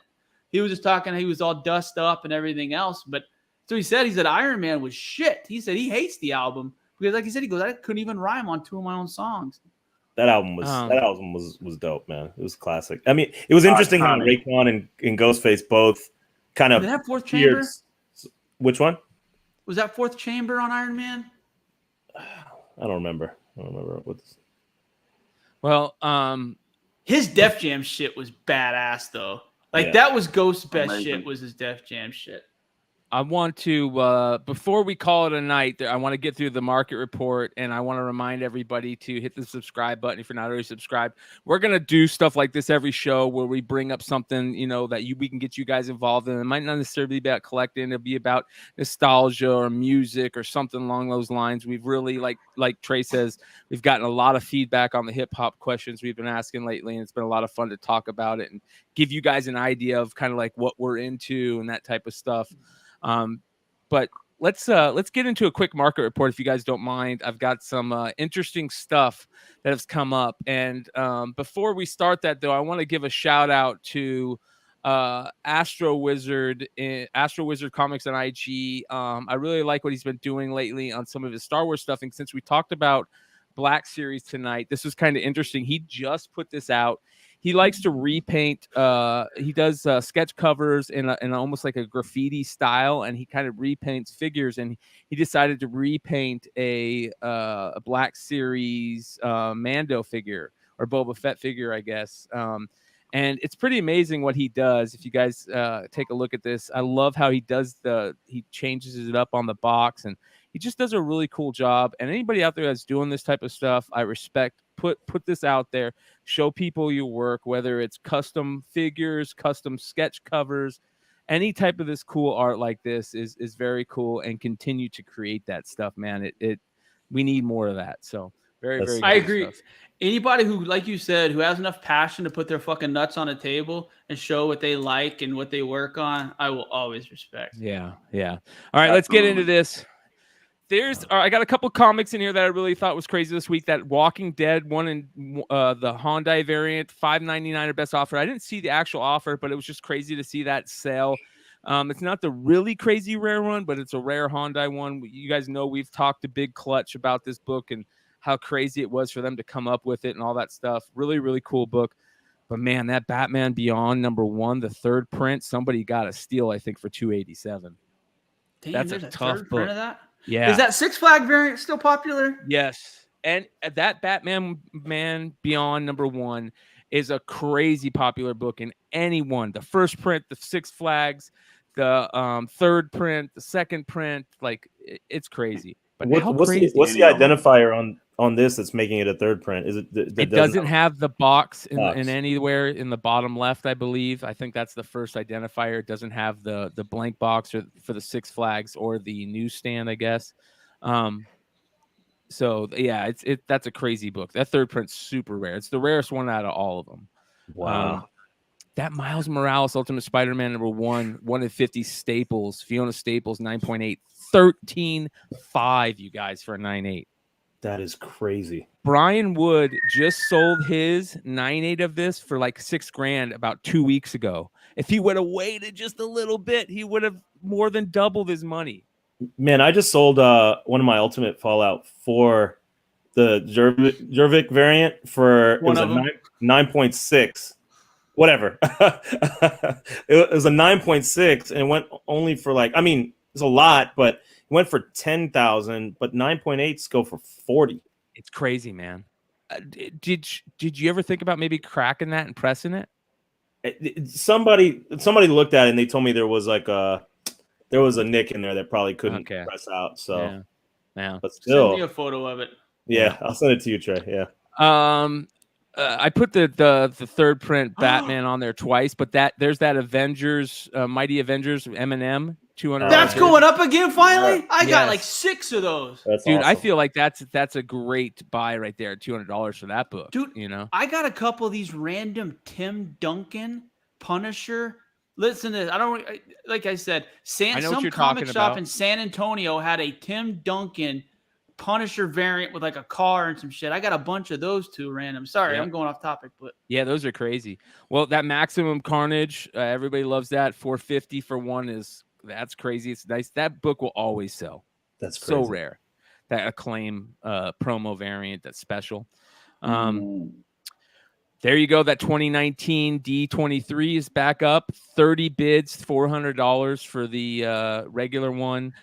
Hey, didn't our boy Big Leg have a fucking sketch version of that? Yes, yeah, him and Nick. What are the sketches going for now? I haven't seen a sketch one sale lately. What was it? They were like $2,000 or $3,000 when it came out. Yes. Oh yeah, him and Nick Hart made out like bandits. Yeah. Was it a sketch? Was it the sketch variant that you could only get like at one of the cons, like San Diego or something like that? D23, I thought. Was it D23? Yeah. Dude, Big Leg he's had some of the best like fucking stories from SDCC. Oh yeah, he's getting ready to go. He's going to be there this upcoming week. So Yeah, Vinny, him you and gotta hit Vinny him are up. going to hook up. Yeah, I'm Yeah, going to make him and Vinny hook up. Vinny, Not hook Vinny, up, if you you're know. going to be with them, then you're going to be hanging out with Clutch and Drew. So shout out. I'm really jealous. I'm going to still see if I could try and make it out there. We'll see what happens. I got a buddy who's staying out there. I don't know. Come out, man. You should come out. We'll see. You got to have a number to hang out with Vinny. I know, right? Witchcraft #2, that Avon 1952 PCH cover. I love skull covers. $1,434 on 36 bids. Great book. How about that Mark Jewelers 230 Amazing Spider-Man 238 537 raw? Man, that just won't quit. But let me ask you this: like, who's fucking excited about the Hobgoblin? Not I don't me. want that little ball. That literally, the guy looks like Vinny, who's gonna play him in the next movie. Yeah. Well, I don't know. Well, no, I'm not. That's not. I'm being serious. I mean, like, literally. I mean, they're. Am I off or am I? I'm not with the talking shit. Like, that doesn't. Yeah, he doesn't look like Hobgoblin. He doesn't look like Ned Leeds. Doesn't look like what the normal Hobgoblin looks like. So why are people so excited about this book? I'm curious. The dude lost a bunch of weight, so a lot of people are talking about. They've seen pictures of him recently, so maybe that's it. Vinny's. God dang it! I sound like an asshole. I'm just gonna shut up now. No, you're good. How about this one? Look at that. Marvel Zombie #1 and Silver Surfer #4. Both of those books for $182. And I think the reason why everybody's geeking out is that Marvel Zombies 1, the McFarlane second print variant or whatever that is, $182 on 51 bids for those two books. That really surprised me. Yeah. 51 bids is surprising. Yeah. That Dr. Aphra one has been on a tear lately. $520. That's $120 more than the last time I saw it. And there's that great Ditko Amazing Spider-Man 700 signature series by Stan Lee, $2,125 on 22 bids. It's always a tough book. Wow. Always. Yeah. Here is another great book of all time, that Uncanny X-Men 510, up there with that J. Scott Campbell Black Panther 2. I don't know why I sold mine. Ooh, it's beautiful, man. And there's another one of those Teenage Mutant Ninja Turtle Jordan figures, this time not graded, $24.50 on 25 bids. That's almost $2,500, you guys, for that figure. Though. Yeah, it is. I totally forgot about that. How about this? The plush doll. Man, plush dolls sell for a lot. South Park plush dolls. Was that just a Beanie Baby? Dogs. What's that? No, is that just like a Beanie Baby size? Okay. I think it's bigger than Beanie Babies. And I got a couple of them that we'll talk about, but that one, man, that's crazy. That Tails figure, that Tails plush, 1,100 on 74 bids. It's not even in it's stained. It's stained. It doesn't have its tag and stained. I can't believe there's 74 people who don't eat fucking real Pop-Tarts out there. Ooh, the Jets. Yes. Even it's got Starscream, it's got Skywarp, it's got Thundercracker. Man, somebody made out like a bandit selling these this week because he had a couple other Jesus Christ, Transformers figures that went, but he had the three main Jets that sold for a ridiculous amount. Yeah, it's crazy. Starscream always the best, but right. I was surprised on that Thundercracker getting 3,000, man, $1,000 more in Starscream. Holy cow! Is it just rare? You think it's harder to find? I think that's got to be it. I think it's just got to be rare. All right. Star Wars Biker Scout, unpunched, no stickers, from the Power of the Force 1 line, which you guys remember the toughest figures to get were that line, the last 17, I think. $1,000 for a Biker Scout. That's wow. We talked Nintendo Power a couple weeks ago. How about Sega Visions? There's Sega Visions #1. Sold for $147.50. Who didn't play that Moonwalker game? I remember trying to find somebody who had a Sega just so I could go rent that Moonwalker game and play it. It was a crazy game. Yeah, I wish they had an emulator for Moonwalker. I'd buy that right now. I'd remember the arcade game. They had an arcade Moonwalker. Remember that? I do. It was different than the Sega game. There's the G.I. Joe Viper mail away in bag, $500 on 24 bids. Beautiful figure. We talked about that last week. Some music memorabilia on the Cure. Cure is one of the top 3 favorite all-time musical groups. I love the Cure, and there's a OG poster, 1981 $815. Love Santa Cruz skateboard art. Santa Cruz skateboard art to me is just some of the most amazing art, and I would love to get that artist. I forget his name to do maybe an exclusive or some type of sketch variant. But man, there's a Punisher shirt from back in the day, sold for $150 of the screaming hand. Who doesn't love that Santa Cruz screaming hand? Fire. Yeah, right. That's really freaking cool. All right, there's some more here. Let me pull these up. This is pretty interesting. There was hold on here. Let me go ahead and close these.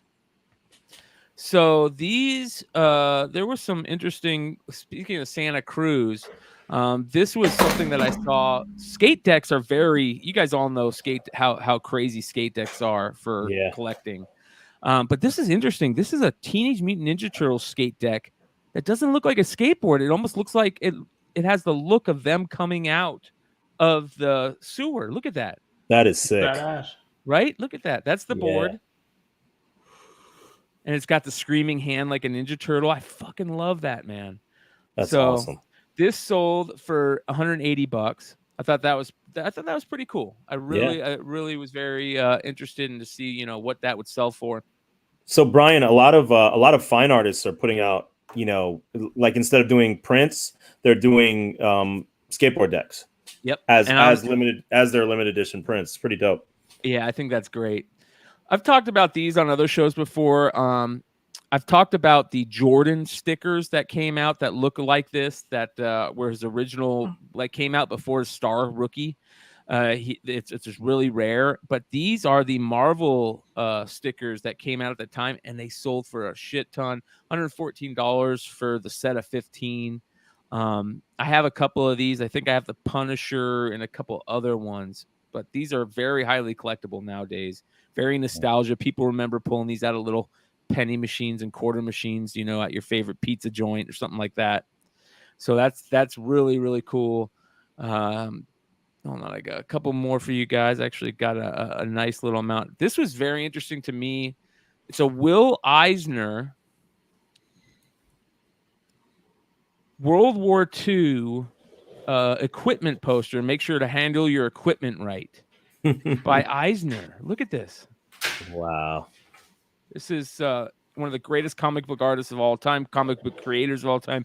Of course, created the Spirit. They named the Eisner Awards after him. By the way, much love to Tony and Trish Forstner, Tony Fleece and Trish Forstner, who are up for an Eisner this upcoming San Diego Con. So that was pretty cool. And this was very interesting to me. We've talked about this before. This blew me away, and I think whoever bought this got a stellar deal. Amazing Spider-Man number 30, the first appearance of Moreland and Ezekiel, but more important, the very first J. Scott Campbell Spider-Man comic. A newsstand in 9.8. A newsstand sold for in 9.8 sold for $154. That's crazy. Fucking crazy. Do you guys think Trey, that's because Trey, what were you putting up there? Was it monkeys? Was that Fuck yeah, the monkeys. Hey, we the monkeys. We like the monkey around. The fucking Beatles. Get the fuck out of here. Fucking bowl haircuts and fucking suit and tie. You remember a couple of months ago, Topps put out Garbage Pail Kids Sapphire. They were $250 a box. Look at the prices on singles and the boxes right now. These are singles that come out of that Sapphire run. Look how much boxes are selling for unopened. They were $250 out the gate. They're selling for $1,200, you guys. God dang it. I had a chance. I'm an idiot. All day, every day. $1,200. Look at the singles. Look at this. I mean, that's crazy. That's insane. So that was a crazy good score. This is a Garbage Pail Kids Air that I didn't know about. You guys check this out. So do you see what's wrong with this?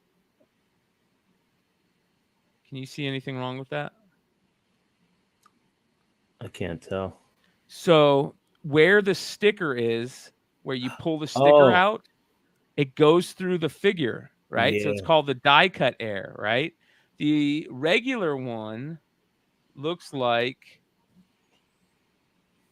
this. Here's the regular one. Here's the Air, and here's the regular. See how it goes around the whole guy? on the sides.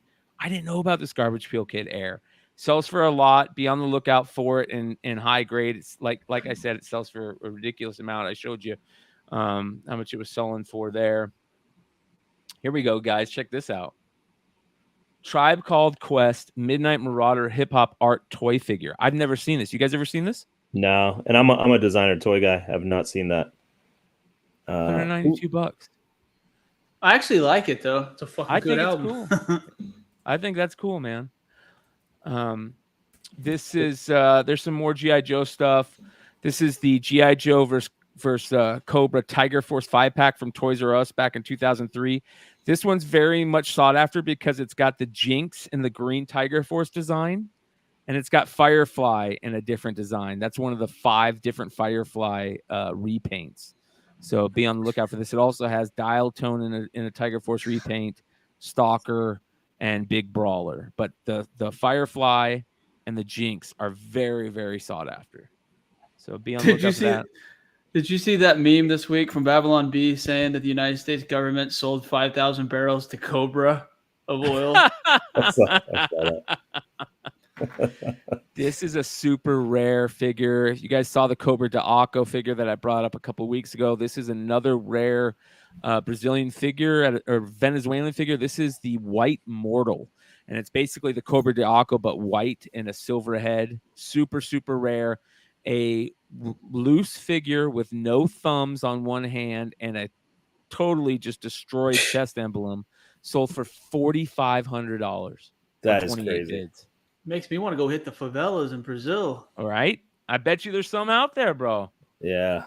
Did you guys know how much that this sold for this much? What the fuck? 42 bids, sealed. There's a couple loose ones that sold for a very small, much smaller than 14 grand, but a sealed one sold for 14 grand on June 30th, 42 bids. That's insane. That's crazy. Yeah, that's absolutely crazy.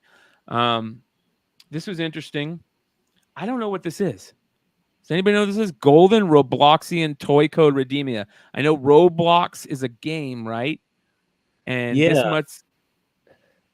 I've been trying to figure out what the item is to collect for Roblox because there's no like. Apparently that motherfucker for 15 grand. It may be this 136 bids. 136. It says. What does the description say? The Golden Robloxian Toy Code Redeemable. That's all it says. What does that get you? Now I gotta know. I know, right?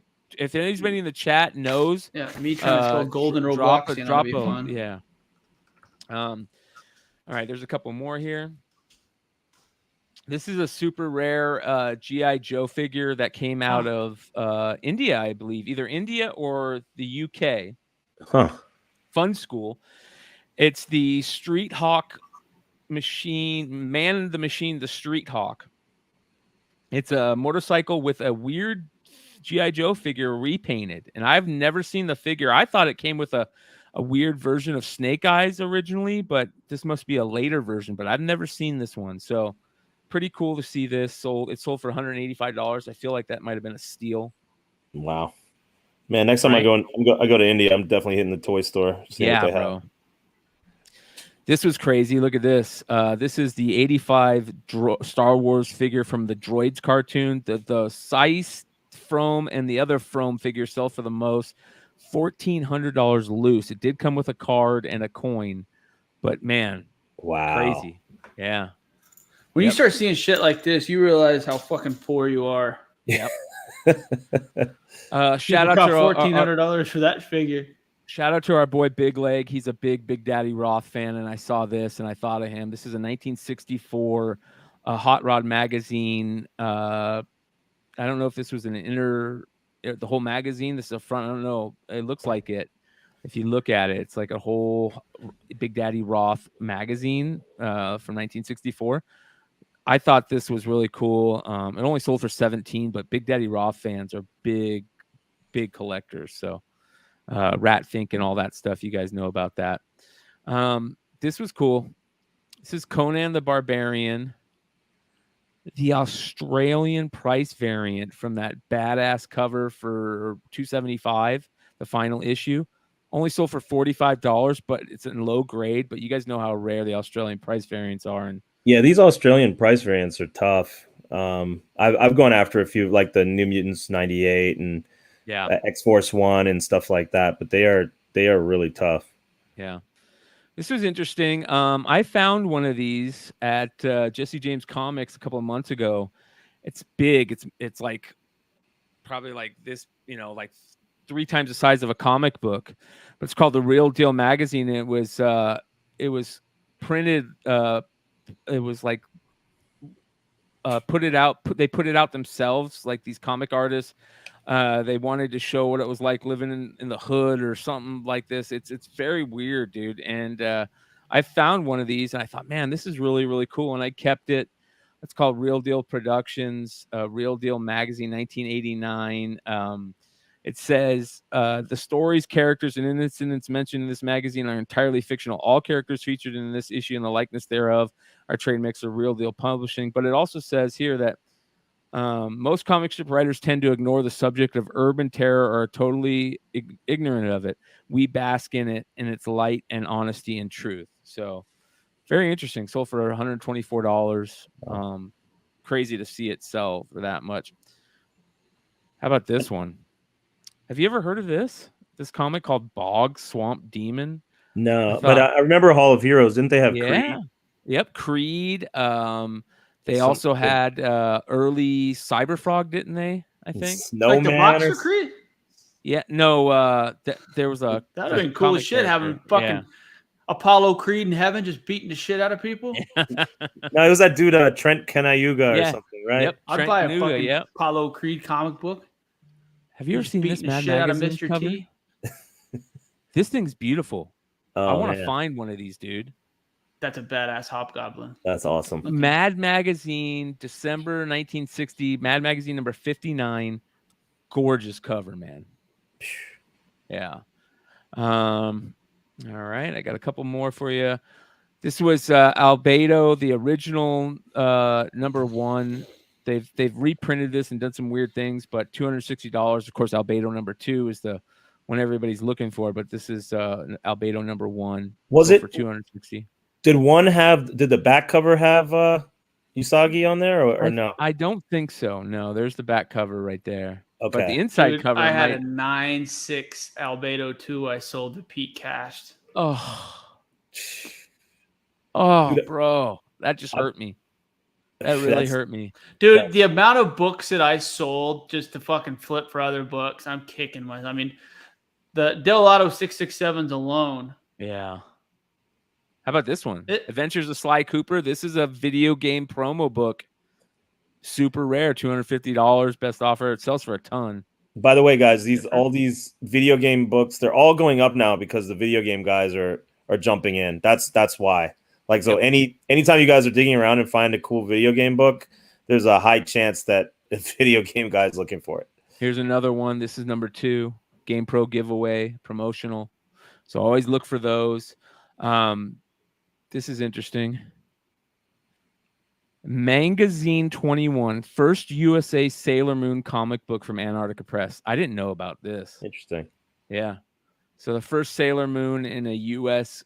issue. We talk about the manga stuff and anime stuff and how that's a big spec play right now, in my opinion. Be on the lookout for this one, Antarctic Press, number 21. And that is it. Basically, you guys, for the Collectibles market report for July 13th, 2022. Hey, everybody, thanks for hanging out with us. We appreciate you. We're going to continue to rock this. We got a lot of fun things coming down. Make sure you guys sub up. We'll see you guys next Wednesday. Adios. Peace.